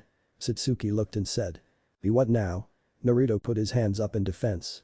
Listen, it wasn't really a choice. I got attacked and lost my left eye before someone replaced it with a Sharingan. Naruto then proceeds to show Satsuki his Shisui Sharingan. Naruto turns back to her and asks. Are you mad at me? If you are, I can just leave. Satsuki then tackles him into a tight hug and plants a soft kiss on his lips. How could I be mad at someone I love so much? I want to be with you, I don't care if I have to share you, I just want to be with you. She says before resting her head on Naruto's chest. Naruto smiles then asks. Will you be my girlfriend? Before resting his head on hers. Of course I will. She said almost yelling. Naruto and Satsuki then went to sleep in each other's arms. Next day. Naruto wakes up with Satsuki in his arms. When she wakes up she lifts her head and gives Naruto a kiss. The memories of last night still fresh in their minds. Well, it's almost time for the Chunin exams. Said Naruto as he got up. Once they both got dressed they left towards the academy. Once they got there they were greeted by their teammate Yasuke. Then they all walked in as a group. Once they got there they were met with a large group of people and 2 transformed Chunin. Once Satsuki saw the Jinjutsu, she was about to say something when Naruto grabbed her shoulder and shook his head. Not much later, a girl wearing a blue and gold shirt that covers her B-cup breasts, metal spiked bracelets and brown form-fitting pants along with white boots. And imagine Chun-Li from Street Fighter. She also had her hair tied in twin ponytails and she had a fire in her eyes. She proceeded to challenge Satsuki to a taijutsu battle. Naruto stepped in and spoke. Well, normally I would not do this, but seeing as I can tell you pack quite a punch, I don't think Satsuki should fight you since she would lose rather quickly. No offense, but she isn't the greatest in taijutsu. On the other hand, you seem to have worked hard to master your fighting style. So how about after the Chunin exams we have a spar? Naruto said with a smile on his face the whole time. Naruto and his teammates then left towards the stairs to get through to the real test. Once they got there they were faced with the rest of the rookie 9. They all just looked at Naruto before looking at the rest of his team. Naruto then saw a white-haired person walk over to them. Once he got there Naruto noticed that he had information he shouldn't have and that meant he was a spy for someone. Then it hit him when he saw the look in his eyes. He was a snake. Orochimaru was behind this. There was no doubt about that. Naruto wasn't about to let classified information out to the public. Naruto delivered a heavy kick to his ribs before whispering in his ear. I hate snakes. Naruto then calmed down before taking his seat waiting for the exams to begin. The proctor then appeared in a poof of smoke. After he gave his explanation he gave out the tests and said begin. Naruto didn't need help with his exam since he already knew all the answers. Satsuki was copying the hand movements of some people that knew what the answers were. Yasuke did a similar thing but to a greater degree. Once they were all finished the proctor said some bullshit about never being able to take the test again if they failed the next question. Once that question was over one Anko Mitarashi came through the window with a banner. Once she said. Meet me at training ground 44 for the second exam in 10 minutes or you fail. Everyone ran out of the room hoping to get there quickly. Once almost everyone was got except for a certain blonde that is. Anko went over to Naruto and plants a kiss on his lips before saying. It's been what 2 months since we last had our fun? Anko asked knowing the answer already. I guess it has. I've been busy with missions and sleep. Said Naruto before kissing Anko one more time before leaving for the Forest of Death. Once he got there he saw what he expected. A strange ninja from a small village with a long neck and tongue. It was obvious to him that that was Orochimaru. Naruto sighed before waiting for the explanation of the second exam. Once it began the first thing they did as a group was take to the trees and watch for any movement. They came up with a password shortly before Naruto left to go to the bathroom. When he finished he turned around and was met face to face with a giant snake. Then the thing slammed into him taking him almost a mile away from where he was. Naruto sighed before cracking his knuckles and going through hand signs. Swift release. Shadowless flight. Before Naruto disappeared and slammed an unweighted fist into the snake instantly killing it. Once that was finished he started moving back to his team. When he got there he was met with the sight of Orochimaru biting Yasuke's neck. Then he screamed in pain before fainting. Naruto then dropped his gravity seal down to 8. That's when he flew at Orochimaru with the intent to kill. When he got there he landed a devastating punch to his gut. When he coughed up blood he turned to look at Naruto. Then Naruto teleported behind him with a heavy kick to his skull sending him through trees. Then Orochimaru opens his mouth and another one came out similar to a snake shedding its skin. Naruto started launching kicks and punches on him to the point of it looking like a person fighting a rag doll. When Naruto was finished he spoke. Listen good and well you pedo snake, I don't like you or anyone else like you. If you ever show your face to me again I will not go so easy on you. Now scram or I'll end you before you can blink. Naruto threatened with a giant amount of killer intent, enough that would make the Jubi flinch. Naruto then walked away and took both Yasuke and Satsuki to a safer place. Once they were safe Naruto set them down in a shelter-like place where they could rest without worry. Naruto went around patrolling the area, making sure no one was near them. In that short amount of time Naruto found a random team that so happens to have the scroll they need and quickly took care of them. Once that was taken care of Naruto went back to his team to check up on them to make sure they were still healthy and didn't need any medical attention. Chapter 8. Part 8. Disclaimer. I do not own Naruto. Sorry for how long this took. I was working on other stories. The new harem is Anko, Fu, Femgara, Gaia, Femhaku, Hana, Hinata, Femkamimro, Kimishiki, Femkykbi Kane, Kagaya, Karen, Kin, Konan, Kurenai, Kuritsuchi, Femitachii Izumi, Ino, Mei, Femsasuke Satsuki, Samyi, Queen Sarah, Shan, Shizune, Teiya, Tamari, Tsum, Tsunami, Femrakali Imanli, Yugao, and Yujito. 15 minutes later. Naruto just finished checking his teammates for injuries sustained from battling Orochimaru. Naruto sighed before turning around and coming face to face with 3 sound genin. Naruto shook his head before saying. If you want our scrolls think again. Now, leave or suffer a fate worse than death. Naruto said in an icy tone. The team just looked at him like he was crazy. Give us the Hyuga as well as the Uchiha and no one gets hurt. Said Dosu. There is no way in hell you are taking my teammates away from me. Naruto said before going through hand seals and yelled. Water style. Great vortex jutsu. The massive wave of water came down on the team of sound genin and nearly killed Zaku. Leave now and I'll spare your life. Said Naruto with a menacing smile. Let this be a lesson to you and your pitiful village. Do not mess with Konoha. Said Naruto as his eyes started to change and morph. When the group saw him they all thought one thing, who the hell is this guy? The team of genin looked at each other and shared a terrified look. The group was in a cold sweat as they made their next move. Just then Zaku moved from his place and grabbed hold of Kin. Zaku drew a kunai and put it to her throat. Don't come any closer or she dies. Shouted Zaku as he racked his brain to figure a way out of their current situation. I don't want to die. Thought Kin as she started to break down. She couldn't believe it. Her own teammate was going to kill her. How did this happen? Thought Kin. Your kind makes me sick. You shouldn't use your teammates, nor should you threaten to kill them. Just because of that you will not made it out of here with your whole team. Said Naruto in a monotone voice. Then he seemingly flashed over to Zaku with an abrupt hit to his arm. The kunai fell to the ground. Zaku cried out in pain as his arm was no doubt shattered. Seconds later an abrupt noise was heard from the tree behind Naruto's teammates were in. Not even 5 seconds later both Satsuki and Yasuke appeared next to Naruto with black, fire-like marks all over their bodies. Yasuke was just behind Dosu and was about to break his arm. "Damn it," said Naruto before creating a clone and flashing over to Yasuke and swiftly delivered neck chop and incapacitated him. He decided to make another clone to take Yasuke back so he could rest. Naruto glanced back and saw Satsuki about to break surprisingly enough Kin's arm. There would have been more incentive for her to break Zaku's other arm over the girl that was nearly killed not even 5 minutes ago. With a sudden burst of speed Naruto appeared next to Satsuki and gave her a quick hug and a chop to the neck. "It's going to be okay," said Naruto as Satsuki passed out. Naruto turned around after picking up Satsuki and saw that Kin had passed out from pure fear and shock. Naruto after a couple seconds of indecisive action he decided to take Kin with him. Naruto wanted to make it to the tower before the time was up so he tried to wake up his team. "Yasuke, Satsuki, wake up," Naruto said as he nudged both of them.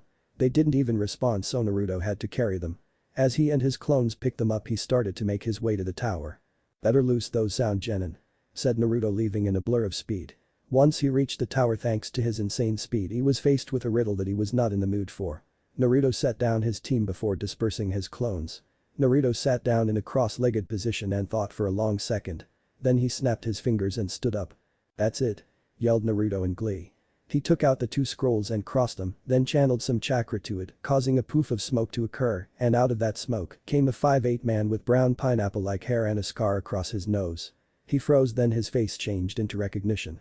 He gave a light smile before speaking. "Hey, Naruto, what happened here?" the man asked as he saw the passed-out forms of his old students. "I lost Iruka-sensei. I almost lost both of them," said Naruto with a grim look on his face. "Okay Naruto. Let's get them to their rooms to get healed up before you have to go to the preliminaries," said Iruka as he picked up Yasuke. "Who is this girl? I haven't seen her before," asked Iruka as he started walking towards the door. "I believe her name is Kintsuchi. She was almost taken out by another team before we found them and stopped them," said Naruto picking up Satsuki and creating a clone to pick up Kin. "That's good to know. How about we get some ramen from the kitchen here?" asked Iruka. "Sure, I'd love some ramen," said Naruto quietly following Iruka. They left with a smile on their faces and people on their shoulders. As they made it to a room they noticed that not only were the people on their shoulders waking up, but the girl known as Kin was going to freak out the second she woke up, so they decided to move just a little bit quicker. When they reached the room Naruto could feel something almost demonic. Then it hit him, the girl from earlier. The one with the long red hair and the biju. Naruto shrugged it off for the time being and said both people was carrying down and gave them some of his chakra so they could heal a little faster. 20 minutes later. Naruto and Iruka had already eaten their ramen and had split in ways. As Naruto was walking to find something that would keep him entertained for the time being. As if on cue a sudden spike of chakra occurred. "As I thought," Naruto said quietly as a blur of red hair shot out in front of him. There stood a girl with long red hair and teal pupilless eyes. She had rather large breasts for someone of her age. Her face was almost perfectly heart-shaped. She stood there for a second before speaking. "Seems we meet again," said Naruto. The girl known as Gaia looked at Naruto for a second before responding.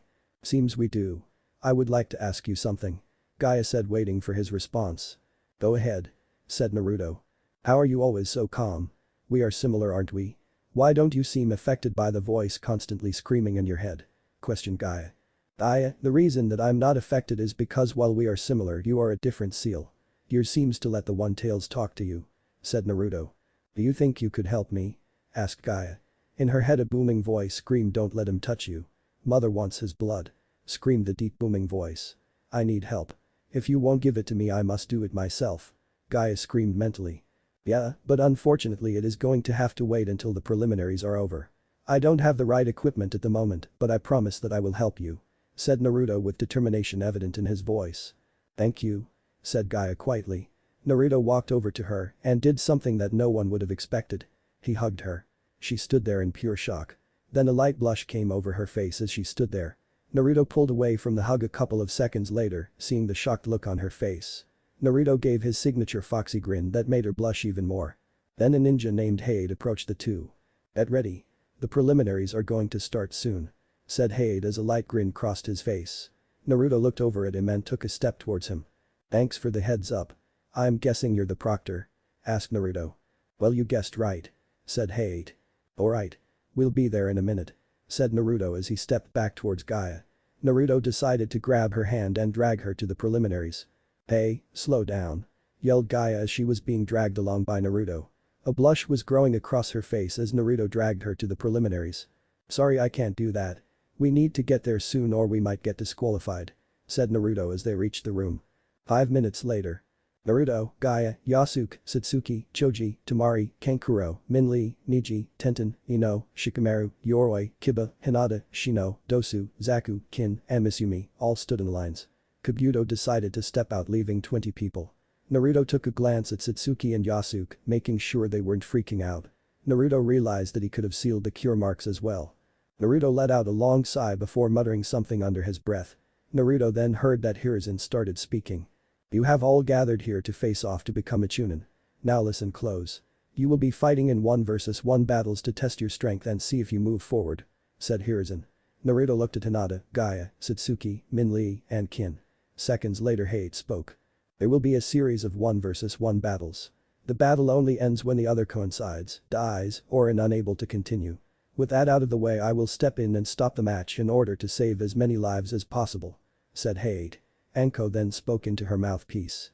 Seconds later a panel moved and 2 names came up. Yasuke Hyuga and Yoroi Akato. Naruto took a glance at Yasuke before nodding. Naruto was unaware that the Leaf Genin had a special ability. Will everyone but the 2 listed please move to the upper floor, said Hei taking his stance near the 2 genin. Naruto and the rest of the genin followed his orders and walked to the upper floor. While walking Naruto saw Kurenai looking at with his that lusta. Naruto filed that away for later. Then he continued to walk with his team. Yasuke and Yoroi stood across from each other. With a wave of Hate's hand the 2 began their fight. Yasuke ran towards Yoroi with a tiny amount of chakra in his hands. Yasuke moved into his gentle fist stance and started fighting to the best of his limited movement. Yasuke's hand was caught seconds before it hit Yoroi. Yoroi started to drain Yasuke's chakra before a quick punch to the nose stunned the Leaf Genin. Yasuke tried to block a chakra point, but the second his chakra hit blocking Yoroi's the curse mark started to cover his body. The second Naruto saw this he yelled. Yasuke, stop toying with this guy. End this and we can work more on your skills, shouted Naruto. The curse seal started to recede after Naruto yelled that. Yasuke gained a determined look and stopped using chakra. Yasuke quickly jabbed Yoroi in the gut before bringing his head down and slamming his knee against his head. The ninja known as Yoroi was incapacitated the next moment. Yoroi is unable to continue. Yasuke is the winner, yelled Hade. Yasuke was just about to fall over when Naruto and Kakashi appeared right next to him. Kakashi picked up Yasuke and took him back to the upper area. Naruto looked around for a minute and saw that there was a weird-looking sound jonin. Naruto saw something that was really out of place. The sound jonin seemed to notice Naruto and grinned at him. Naruto grimaced before flashing back to his group. Kakashi-sensei, take Yasuke to seal that off. If the same happens to Satsuki, I'll deal with it, whispered Naruto. Kakashi nodded before disappearing with Yasuke in his arms. The next match will be Zaku Abumi and Shino Abiram. Please take your positions, said Hade. The 2 mentioned jumped down to take their positions when Kiba started to speak. If there is anyone I wouldn't want to fight it would be Shino. Kiba turned to look at Hinata, but she was watching Shino. Shino took his fighting stance and started to speak. Yo, you should give up now before you get hurt. Seems like I have feeling in one arm, said Zaku. He burst off in a blast of speed hitting Shino with a splicing sound wave. Shino seemed to be knocked out from just one hit. The moment that happened Zaku smiled. Got him? Zaku said. Zaku walked over to where Shino was supposed to be before seeing him standing there with nothing but bugs surrounding him. He smiled and spoke in a typical voice. You should give up.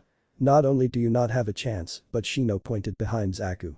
My friends, they will take your chakra if you try attacking me, and if you try attacking them, you won't be able to stop them before getting hit, said Shino with a hidden smile. Are you sure about that? Questioned Zaku as he moved his other arm. Shino didn't seem surprised that not only was Zaku using his other arm, but that he didn't seem phased when he started to try and use his jutsu. The second he tried to use the jutsu called splicing sound wave, it shredded his own arms. He fell over not much later. With Kakashi and Yasuke were standing there ready to start the sealing process. Yasuke had to take his shirt off and kneel down in the center of a sealing circle. Kakashi cut his hand before starting to write kanji. After almost 10 minutes of working, Kakashi finished the seal and sent a burst of chakra through his body, finishing the seal. The second it was over he fell over, passed out in the circle. Kakashi was about to walk over to him when he felt a sudden presence. He then saw Orochimaru standing next to a pillar. Kakashi felt his breathing hitch and his heart started to beat faster from pure fear. Kakashi tried to calm himself down, but he couldn't think straight. "You should just hand him over and I'll be on my way," said Orochimaru. Kakashi sped those hand seals before grabbing his wrist. "Lightning style. Chidori," yelled Kakashi before looked Orochimaru in the eye. "One of us isn't leaving here. If you step closer I will be forced to attack," said Kakashi. "I can't believe I just said that," thought Kakashi. There were several things he could have said, but he just had to say that.